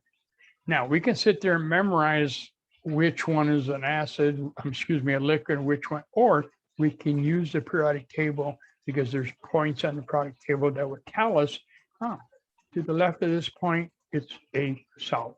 To the right of this point, it would be a liquid, okay, or a non-metal. All right, more on that when we get to it. Acids, we're going to talk about acids and bases. Your stomach has an acid. It's called hydrochloric acid. You like Italian dressing? Guess what? You're eating an acid, vinegar or acetic acid. All right. If you have it, like I said, you take an acid like Malox or Tom's, you're eating a base. And when you take an acid and a base and you combine them, you have a neutralization reaction. You can do this at home. Take some vinegar, take some baking soda. Baking soda is a base.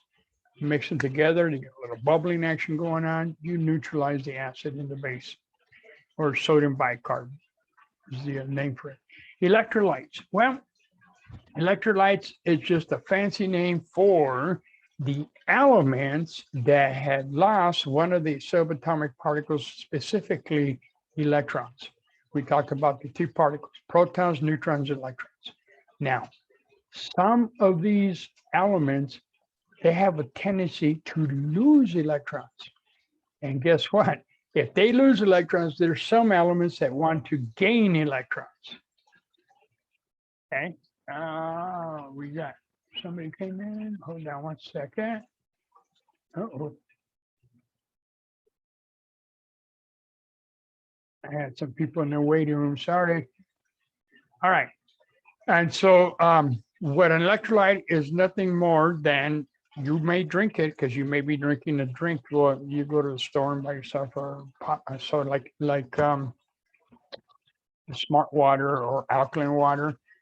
What it is inside in the solution are elements that have either lost or gained electrons. Those are ions, or AKA electrolytes.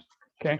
By the way, if you're drinking alkaline water, I want you to think about this. I just stated an acid and a base react and they get neutralized. Your stomach has an acid. Your alkaline water is a base. What do you think is happening through the base when you ingest? Give it some thought. Okay. Then we're going to talk about a mole, aka mole. No mole. We're going to talk. It's called a mole. It is nothing more than a big number. When I tell you a dozen, you think of 12, right? Baker's dozen, 13. But it's dozen is a number. Mole is a number. It just freaks people out because it's a big number. It just happens to be a number. If you take 6.02 and you take that decimal point and move it over 23 times, that's a big number. That's why you need a calculator to input that number in your calculator, because your calculator without scientific notation will not be able to input that number that big. Another thing, stoichiometry, another fancy word. You're already familiar with it. All right. Okay. I got a car. How many tires does it need to run properly? 4, right? 4 tires. Whoa. Hold on. What happened? I'm having some mouse problems here. Uh-oh.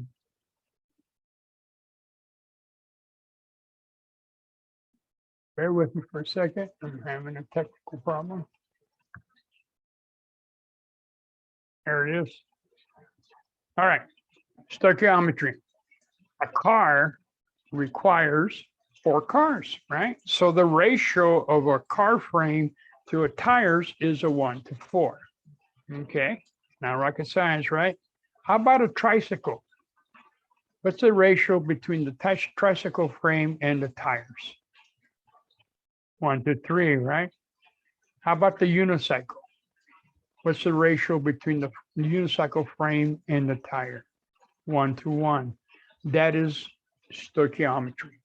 We're going to find that reactions, when they occur, some reactions may be a 1:1 ratio. Okay. Hey, what do I mean by that? 1 to 1. Let me just draw a quick general reaction. Okay, let's say I got A reacting with B. Okay. And here's the point about reactions here, the way I wrote this. This is a process. It could be a physical reaction process or a chemical reaction. We generally write something, we got some letters, some chemicals over here, and then something over here. And then we got an arrow here, right? That arrow tells you we got a reaction or a process.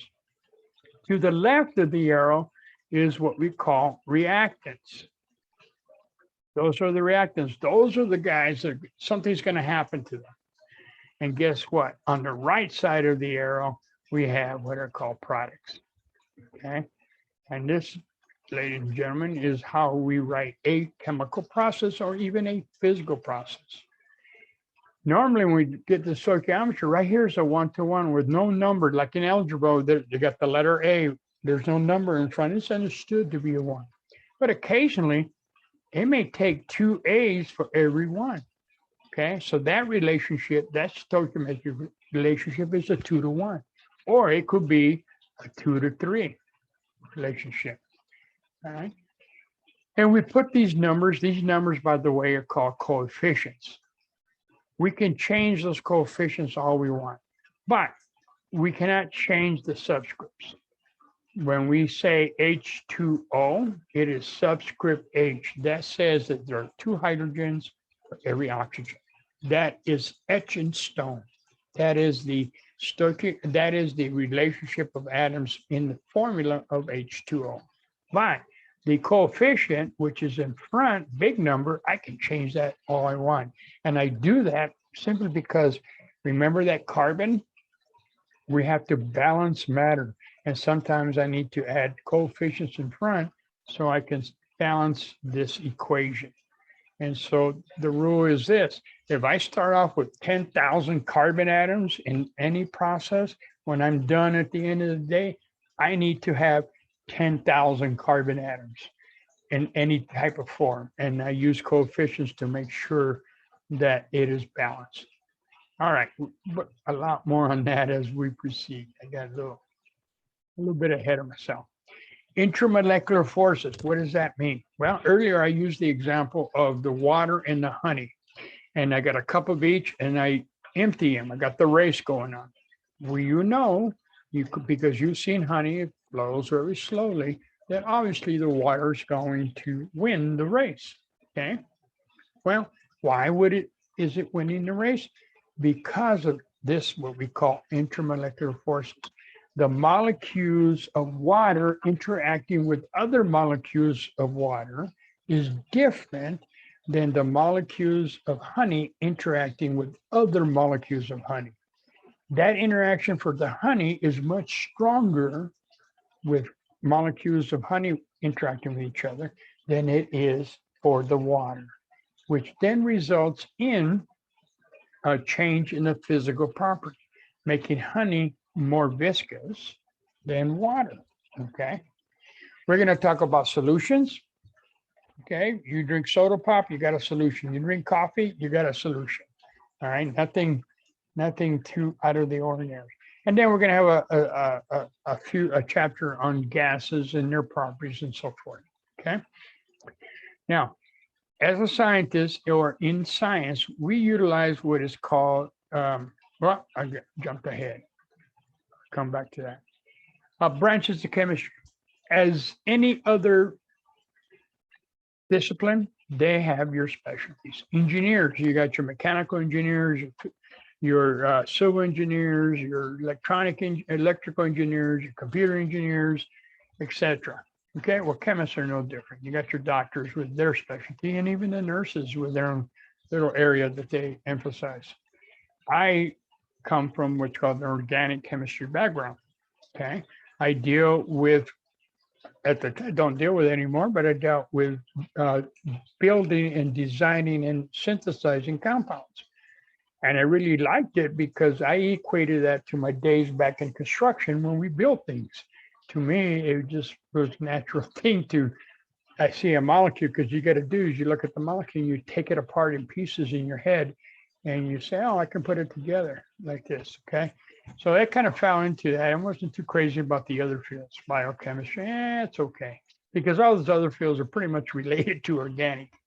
So, and then some people do a chemical education. Some people just have an education degree in just chemical education. They don't specialize in anything in specific. It's very general chemistry background. Okay. And of course, we've got our environmental chemists and our analytical chemists. Analytical chemists, they have to be very specific. When they measure something, you know, there's no, you got to weigh everything exactly. Okay. Organic chemists, we're more like the chefs in the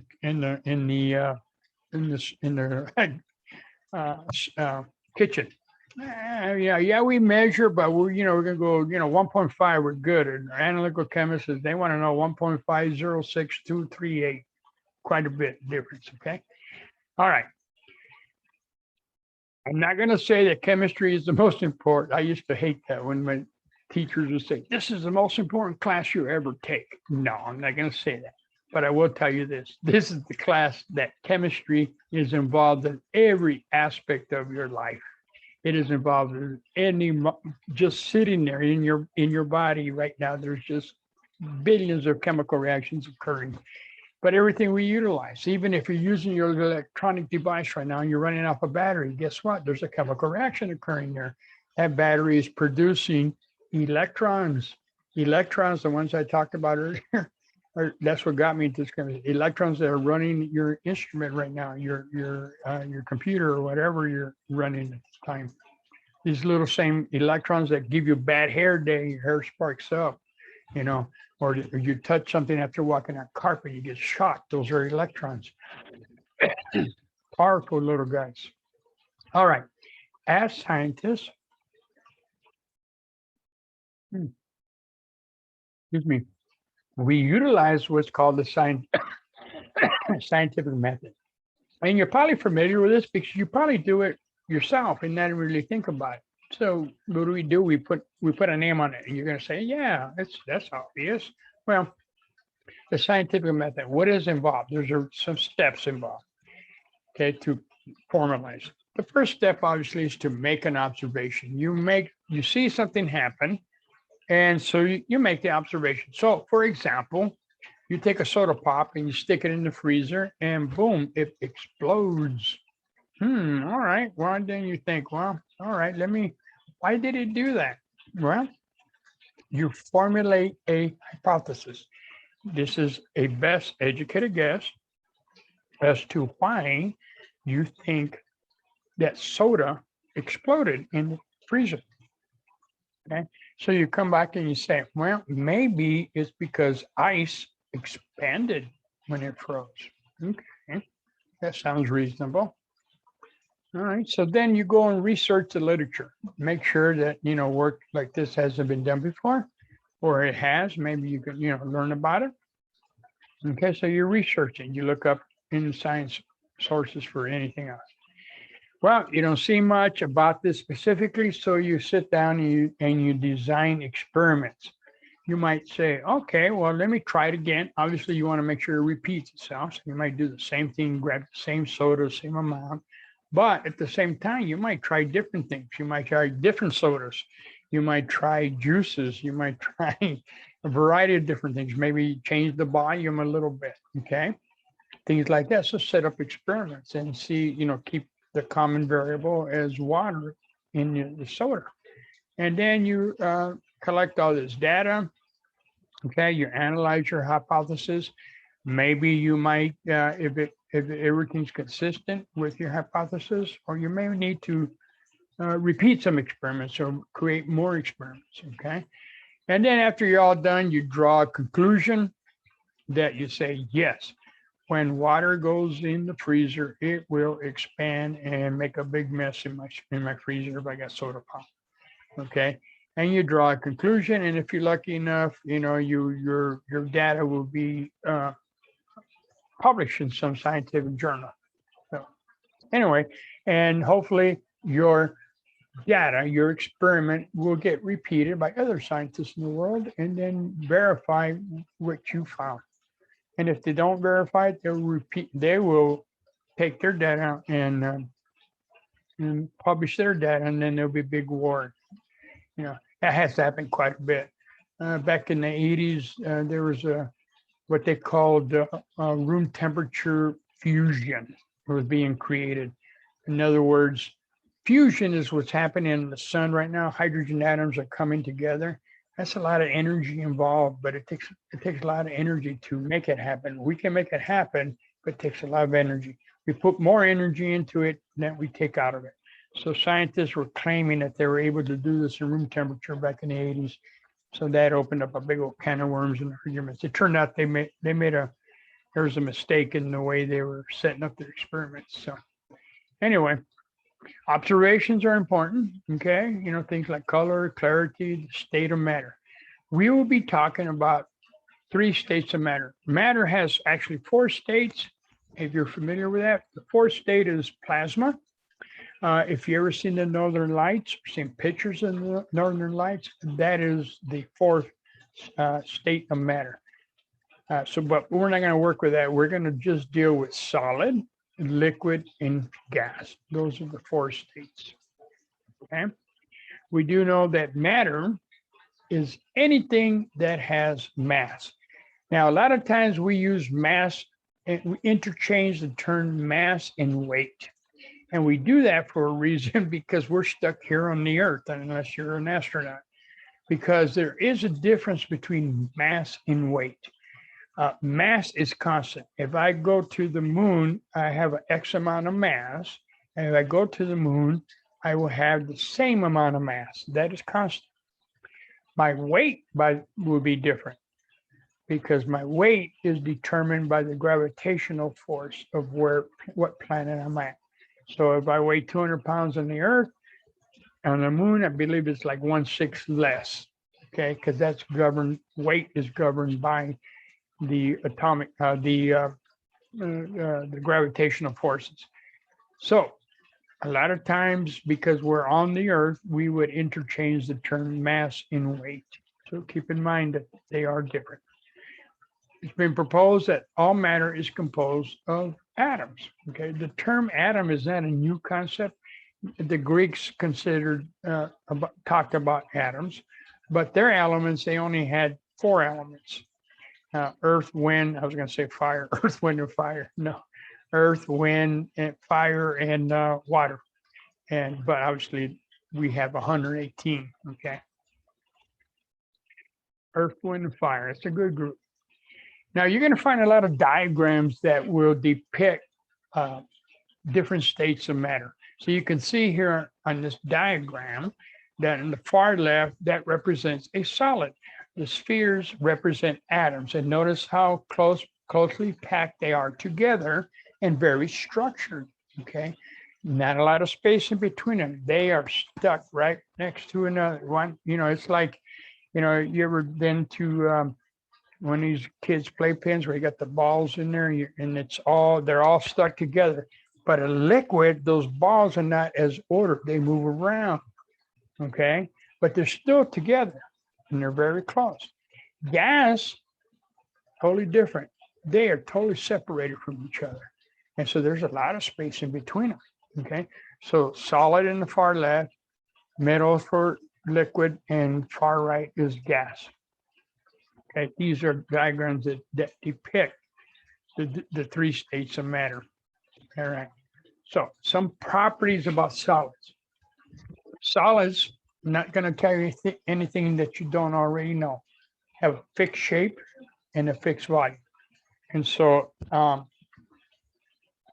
have this DVD container. Sorry, you don't see it there. It's got a fixed shape, and the volume I can measure length, width, and height. Okay, to give it a set volume. Okay. Solid atoms, even though they're close together and they're slightly structured, they still will vibrate in a pattern. Matter doesn't stop vibrating. It will, careful, it will, not until we get into what we call absolute zero that all matter stops. We haven't reached that stage yet. We come close, but not close enough. But atoms will continue to vibrate and move. Okay, so if I look at the shape there, that's what they're doing. They're vibrating within themselves. Liquids are also moving. Okay, the atoms, that is, bouncing back and forth. And gas is definitely moving. Okay. They tend to be crystal or non-crystalline. Okay. And they're not compressible. And it makes sense from the diagram. You can see that they're up close to each other. Can't get any closer. And keep something else in mind. Around that sphere are electrons. We're going to learn about the model. We got the proton, the neutrons in the center, and then around the atom are the electrons. They have a negative charge. So if I got two of them together, it's negative and negative. They're not going to come together because they're going to repel. Remember, negative and negative repel, just like the two south poles will repel in a magnet. They will repel. So think about it. You never really touch anything. Okay, you never really grab when you hold something. You have electrons on the surface of your hand, and they're repelling the electrons or whatever you're holding. And so there's a gap there, obviously a small gap. You can't see it, but it's small because you never touch that atom because those electrons are repelling each other. Try to touch two strong magnets, two north poles together. It's tough. All right, they're not compressible. No room. Okay. Now, they have what's called the higher density. Well, I kind of introduced this concept a little bit early. So I said in there what density is. Density is nothing more than a mathematical equation, okay? It's denoted here on the far right. It is simply a ratio. It is no different than the ratio of $50 per hour. That's your rate. It's a ratio. You're driving 80 miles per hour. Hopefully you don't get a ticket, right? That's a ratio. Well, density is a ratio too. It's a ratio of mass over the volume, okay? And so you weigh something, you got the mass. You measure its volume, you got the volume. You divide those numbers, guess what? You got the density, which happens to have the units, the general units that most people use, the common units are grams per milliliter or 1 cc. 1 milliliter is equal to 1 cc. Now, what's really interesting is this, that ice is nothing more than water, right? We all agree on that. Ice is nothing more than water, but why does it float? Well, I'll tell you why it floats. It is because the density of ice is different than the density of water. If I take 1 gram of water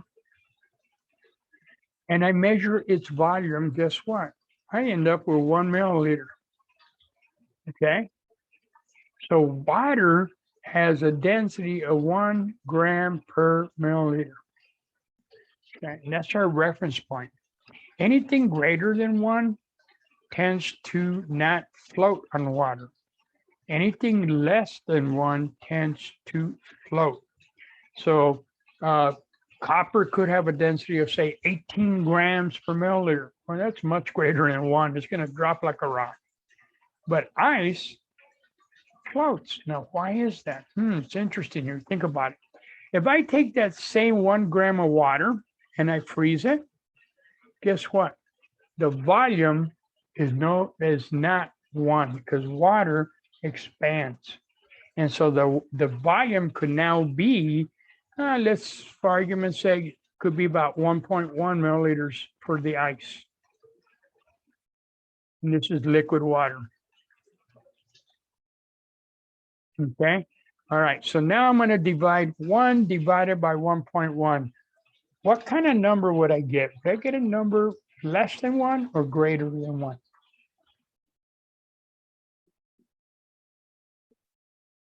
What do you think? What's your calculator say? If you want to use that. Or look at it this way. if my denominator is always greater than my numerator, would my number be less than 1 or greater than 1? Always less than 1, exactly. So 1 divided by 1.1 will be roughly, I don't know, about 0.9 grams per milliliter.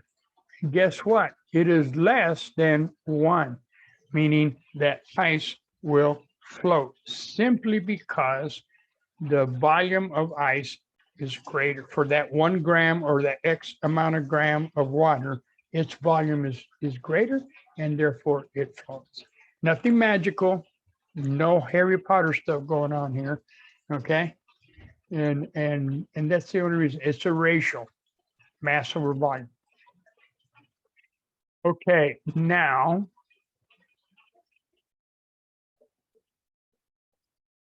and solids, well, because they're solid and very rigid, they do not mix. Try to get two solids to mix. That's not going to happen. Okay, they don't mix. Now, with respect to liquids, liquids take the shape of the container. Okay, but they have a constant volume, right? If I take a gallon of milk, I have 1 gallon. That's my volume. And its shape happens to be whatever the shape of that gallon is. Now, if I take that same milk, that 1 gallon, and I dump it into a bigger container, I still have 1 gallon, but now its shape is whatever the shape is of that new container. Okay, so liquids have a set volume, constant volume, but take the shape of the container. Liquids tend to flow at different rates, and that's simply because these intermolecular forces I just explained earlier with respect to the honey and the water scenario. And that is related to how the molecules are attracted to each other. If the molecules are attracted to each other strongly, they're going to become more viscous. So the honey molecules have a stronger attraction for each other than the water molecules. And that's why the honey molecules are the honey is more viscous. We're going to have a whole chapter on IMF. We're going to be able to do a lot of predictions when we compare two different compounds, like boiling point, who has the higher boiling point, based on the IMF. Okay, liquids are not compressible. Again, like solids, are pretty close to each other, even though they're moving around. But they can't get any closer.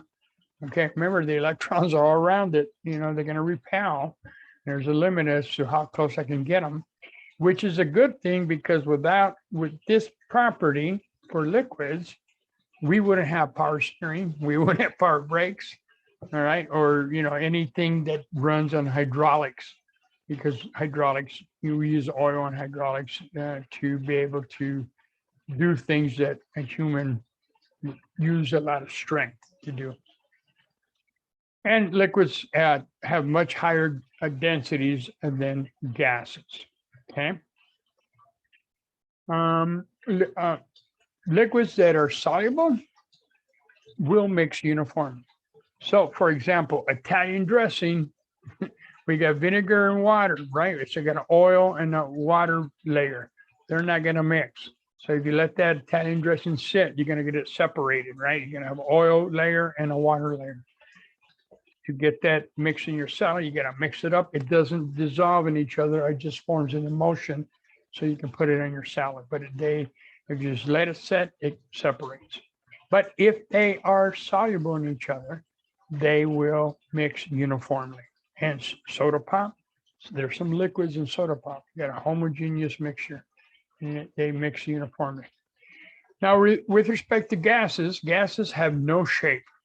Okay, they take the shape of the container like the liquid, whatever shape that is. And we do know that gases can expand and compress. Okay. Well, I won't go there, but say volume, as the volume increases, the atoms get further apart, right? And as the volume decreases, the atoms get closer together. Common sense there, tell you that, right? You got a smaller volume, I'm going to bring things together. gases at this point right now do not have a set volume. The reason I say that is under certain conditions, which we're going to talk about down the road, that gases have a known volume, but only under certain conditions. But as it stands right now, no volume. Very low densities, and extremely low densities, and they tend to mix uniformly. Our air here is loaded with all kinds. We got nitrogen, oxygen all around us, carbon dioxide, and all kinds of other things. It's all uniform. They all mix well. And they exert pressure. Gases exert pressure in their container. You think about it. You got a tire in your car. It's a little bit low. Maybe it's running about 25 PSI. What do? You go to Quick Trip, Circle K, you go pump it up with some air. You're adding more matter into the tire. And what happens to the pressure? Pressure goes up. Why does the pressure go up? Because you're adding more matter to the tire and they're bouncing.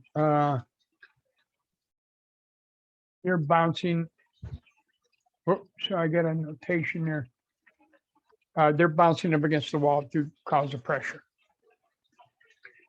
Okay, so this kind of summarizes the table. This table that summarizes the properties of solid, liquid, and gas. That solids, yes, have a fixed shape, and yes, they have a fixed volume. Okay. Liquids, on the other hand, do not have a fixed shape. You take the shape of the container, but they do have a fixed volume. And then gases, no way for both of them. No shape, no fixed shape. They take the shape of the container like the liquid, and they don't have a fixed volume. Now, let's talk about physical and chemical properties. Now, what do I mean by physical properties? Well, these are things like color. You got a chemical, it may have a blue color or yellow color, a copper color, green or some bluish green color, or no color at all. Okay. It may have an odor. It could smell very nice. A lot of the winter greens, a lot of the mints that we ingest, they are made up of two types of compounds, an acid and an alcohol. They come together and they form what's called ester. But the point is, when they separately, they smell not too good, but put them together to make the new compound, they smell very good. Banana oil is an example of that, and a lot of the winter greens. They may have certain texture. The melting point, that's the temperature where they soften. It's like a stick of butter, Take it out of the refrigerator, nice and solid. Stick it on a hot pan, it starts to melt. At that temperature is that it starts to melt. That's what we call the melting point. It could be a solid, liquid, or gas. The density, like I stated earlier, is a property. It is a physical property. Okay, it's governed by the mass and the volume. Solubility, whether it's soluble in water solvents or in oil-like solvents. That's a physical property. Does it conduct electricity? Metals conduct electricity. That's a property of metals. And, also the hardness. How hard is that material? It could be very soft, like a chalk, or it could be very hard, like iron or copper. With respect to chemical properties, this describes how they react and behave. Is it explosive? Okay, dynamite, TNT, it's explosive. That is a chemical property. Is it corrosive? Okay, does it cause things to be oxidized? Is it toxic? Is it poisonous? Potassium cyanide, chemical property, don't ingest. It is poison. Okay, or is it inert? There's certain chemicals that do not react to much of anything. It requires vigorous conditions for them to react. For example, pure gold. Pure gold is relatively inert. It won't react with many things. It will react, but it's very vigorous conditions. And that's why, you can put gold in the soil and pick it up, dig it up 10,000 years from now, and it still be as shiny as it was the day it was put in the soil, because it's so inert, so unreactive. It could be such that it's very reactive. You know, some chemicals, immediately they touch water, they react like crazy. Rust, maybe it rusts when exposure to or oxidizes when it's exposed to oxygen, or if it's heated up, it may just break down, decompose. You know, and when it breaks down, decomposes, producing something else other than what it was originally. Okay, so those are where we talk about physical properties versus chemical properties. Okay, now here's some physical changes. These are something you already know. Okay, I'm not telling you. I think of the ones I'm going to talk about, you may not be familiar with, maybe few of them. So when a solid goes to liquid, guess what? We melt it, right? Here's that stick of butter. It's a solid. We heat it up, it melts. We call that melting. When that liquid goes to gas, okay, you're boiling water. What are you doing? You're boiling it, right? You're putting energy into the system, causing those molecules to separate from each other and go into the vapor phase. We also call that vaporizing, okay, or evaporating. Okay. Now, something to think about. Now, we all know that if I take a pot of water, we stick it on the kitchen stove and turn it up high, we're going to boil that water and it's going to evaporate, and we continue to heat it up, we're going to cause that pan to become empty, right? We all know that. But we also know that we could take a glass of water in your house, leave it away from the heat, anything, and maybe put it in the cabinet and just leave it there for a couple weeks. What's going to happen to that water a couple weeks from now when you go in there and check on it? Anybody know? What is your experience tell you? Pardon me? Evaporation. Exactly. It would evaporate. Now think about this. Why did it evaporate? Now it makes sense when you heat it. You know, you're going to put a pot of water up to make spaghetti, and you're boiling the water. And it makes sense. You're putting energy into the system. But why did that water evaporate? You didn't put any energy into the system. You didn't heat it. But yet it still evaporated. Okay. Well, let me tell you, I'm glad you asked. All right. And so let's say I got a beaker of water. Okay, here's my liquid. And then this represents, these spheres represent water molecules. Okay. And then I got some obviously on the surface, right? And some of them are, you know, they're not always close together, but they're moving. And one of these could move over here in like shooting pool, bang into another molecule of water. And that one can transfer that energy again to this one. And guess what? This guy gets shot out. And so now it's out in the air. And this process continues with time. Eventually, it'll take time, but that glass will be completely empty because these molecules, just because they're moving around, have enough movement, or what we call kinetic energy, movement energy, to cause the surface ones to be kicked out of the liquid phase and into the gas phase, okay, without having to heat it up. All right, so we have evaporation, boiling, and vaporizing. Now, if we take a gas and we create a liquid, we call that condensation, right? We all seen that. I got a cold container of soda pop. On the outside is all wet. Why is that? Why do I have moisture on the outside of my container?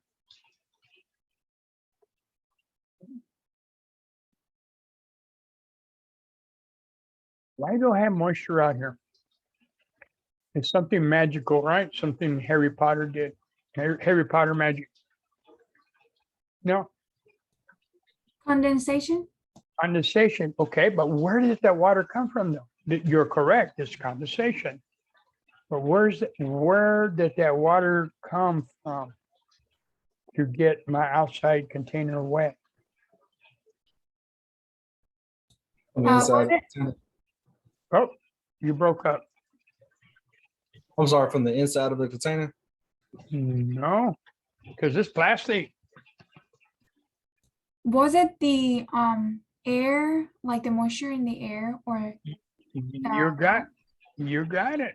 Okay, the humidity outside right now. Now, granted, we're in Arizona, and yes, it is more humid. I tell you right now, back in the 50s and 60s, it was a lot drier than it is now. But the ecosystem has changed here quite a bit, so it's a lot more humid than it was back then. But nevertheless, there is moisture out here. These are water molecules in the gas phase.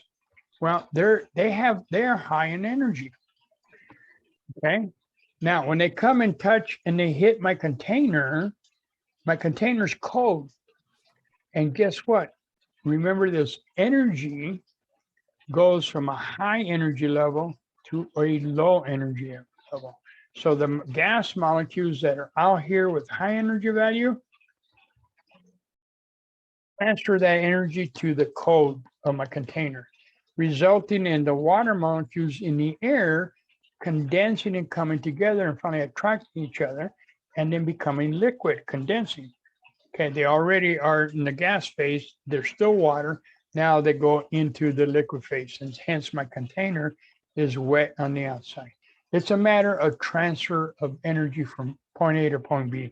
And the thing to remember about Mother Nature is when it comes to energy, it's always downhill from high to low. Think about this. It's in the winter, you're in the shower, you're taking a nice hot shower, okay? And so after the shower, you come out of the shower, you open the curtain and you step out. Don't you get cold? Because the room is a little cold, right? So you're like, whoa, it's cold. So what do? You run back into the shower to warm up. Okay, well, how's that work? All right, so you're in the shower to begin with. All that heat from the hot water has been transferred to you now. Now you're warm. So you step outside, the temperature outside is lower than your body. So the heat transfers from your body to the environment outside the shower, which makes you cold. Okay, so your temperature drops, you get cold. You jump back into the shower. Now you are at a lower temperature than the shower because they had the hot water, and you warm up again because the hot energy is transferred from the shower back to you to warm you up. Eventually, the temperature's gonna be ambient, whatever it is in your area, 25 degrees room temperature. Eventually, everything will stabilize. So it's a matter of transfer of energy. Now, if we go from liquid to solid, what do we call that? Freezing. Okay, nothing complicated. You got water becomes ice. We call that freezing. Okay. The one you may not be familiar with is going from a solid to a gas. Okay. We call that sublimation. Now, you may have seen this.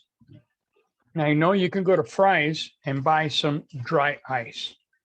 Dry ice is nothing more than carbon dioxide, solid carbon dioxide. And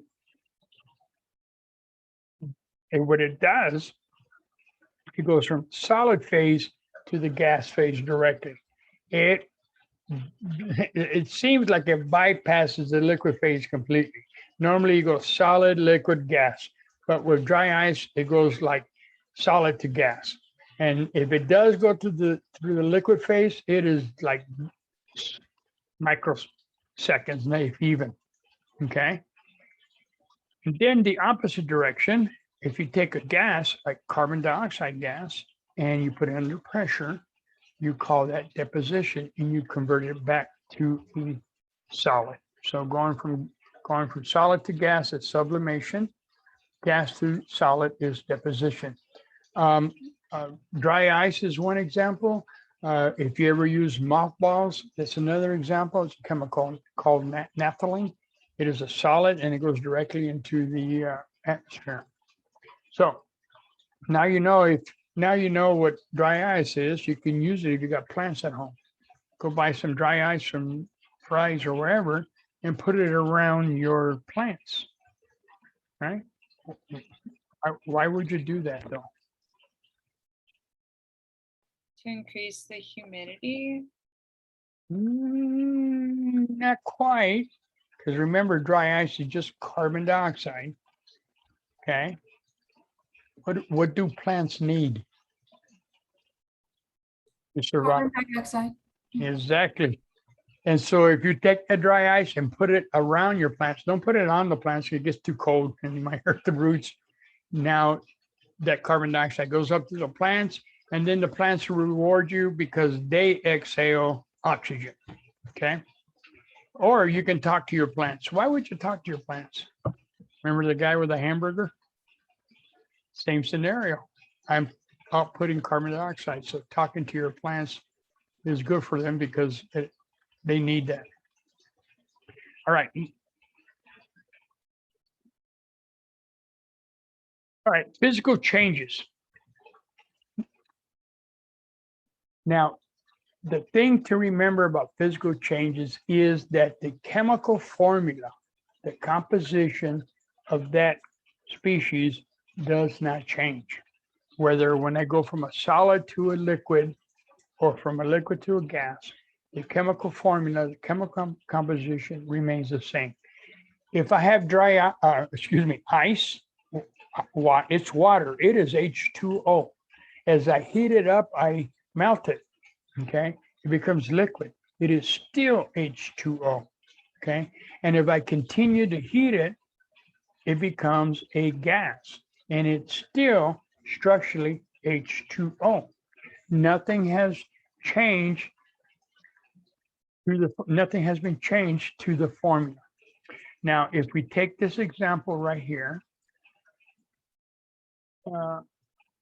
of H2O. Here's the formula for H2O, okay? H subscript O, subscript 2O. And then on the other side, remember on the other side, on the right side of the arrow is the product. We have reactant on the left side, product on the right side. Notice that the formula still is H2O. So that should tell you, I underwent a physical change because I did nothing to the water structurally. And another hint is that I have in parentheses L, which is a liquid, and it goes to G, which is a gas. And a solid in parentheses will be denoted as lowercase s. Okay. And so this I can see is simply boiling. Nothing changed the structure. If I were to do this, for example, if I take water and I zap it with some electricity, guess what? I can break up water into the elements. And taking water, hitting it with some energy, I break it up to form hydrogen and oxygen. Okay. And that tells me I got a plus sign, always tells me I got two products being made. Two things, or either I got two reactants or two products. So this is called the hydrolysis of water. This would be a chemical change by taking water and breaking it up into the elements of hydrogen and oxygen. Notice that when I wrote hydrogen, which by the way, we want you to be familiar with at least the first 20 elements and their symbols and their names, okay? We will be adding more and more as we go along. So H stands for hydrogen. And we put a 2 here because hydrogen is a special property. It's not very stable by itself. It requires 2 of them. So this is what we call diatomic. And I just noticed the clock and I'm running over a little bit. But we'll stop here. Okay, let me see. SCC.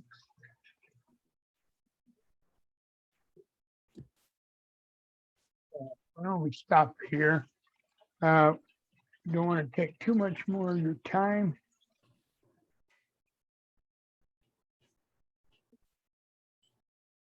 All right, we'll stop and continue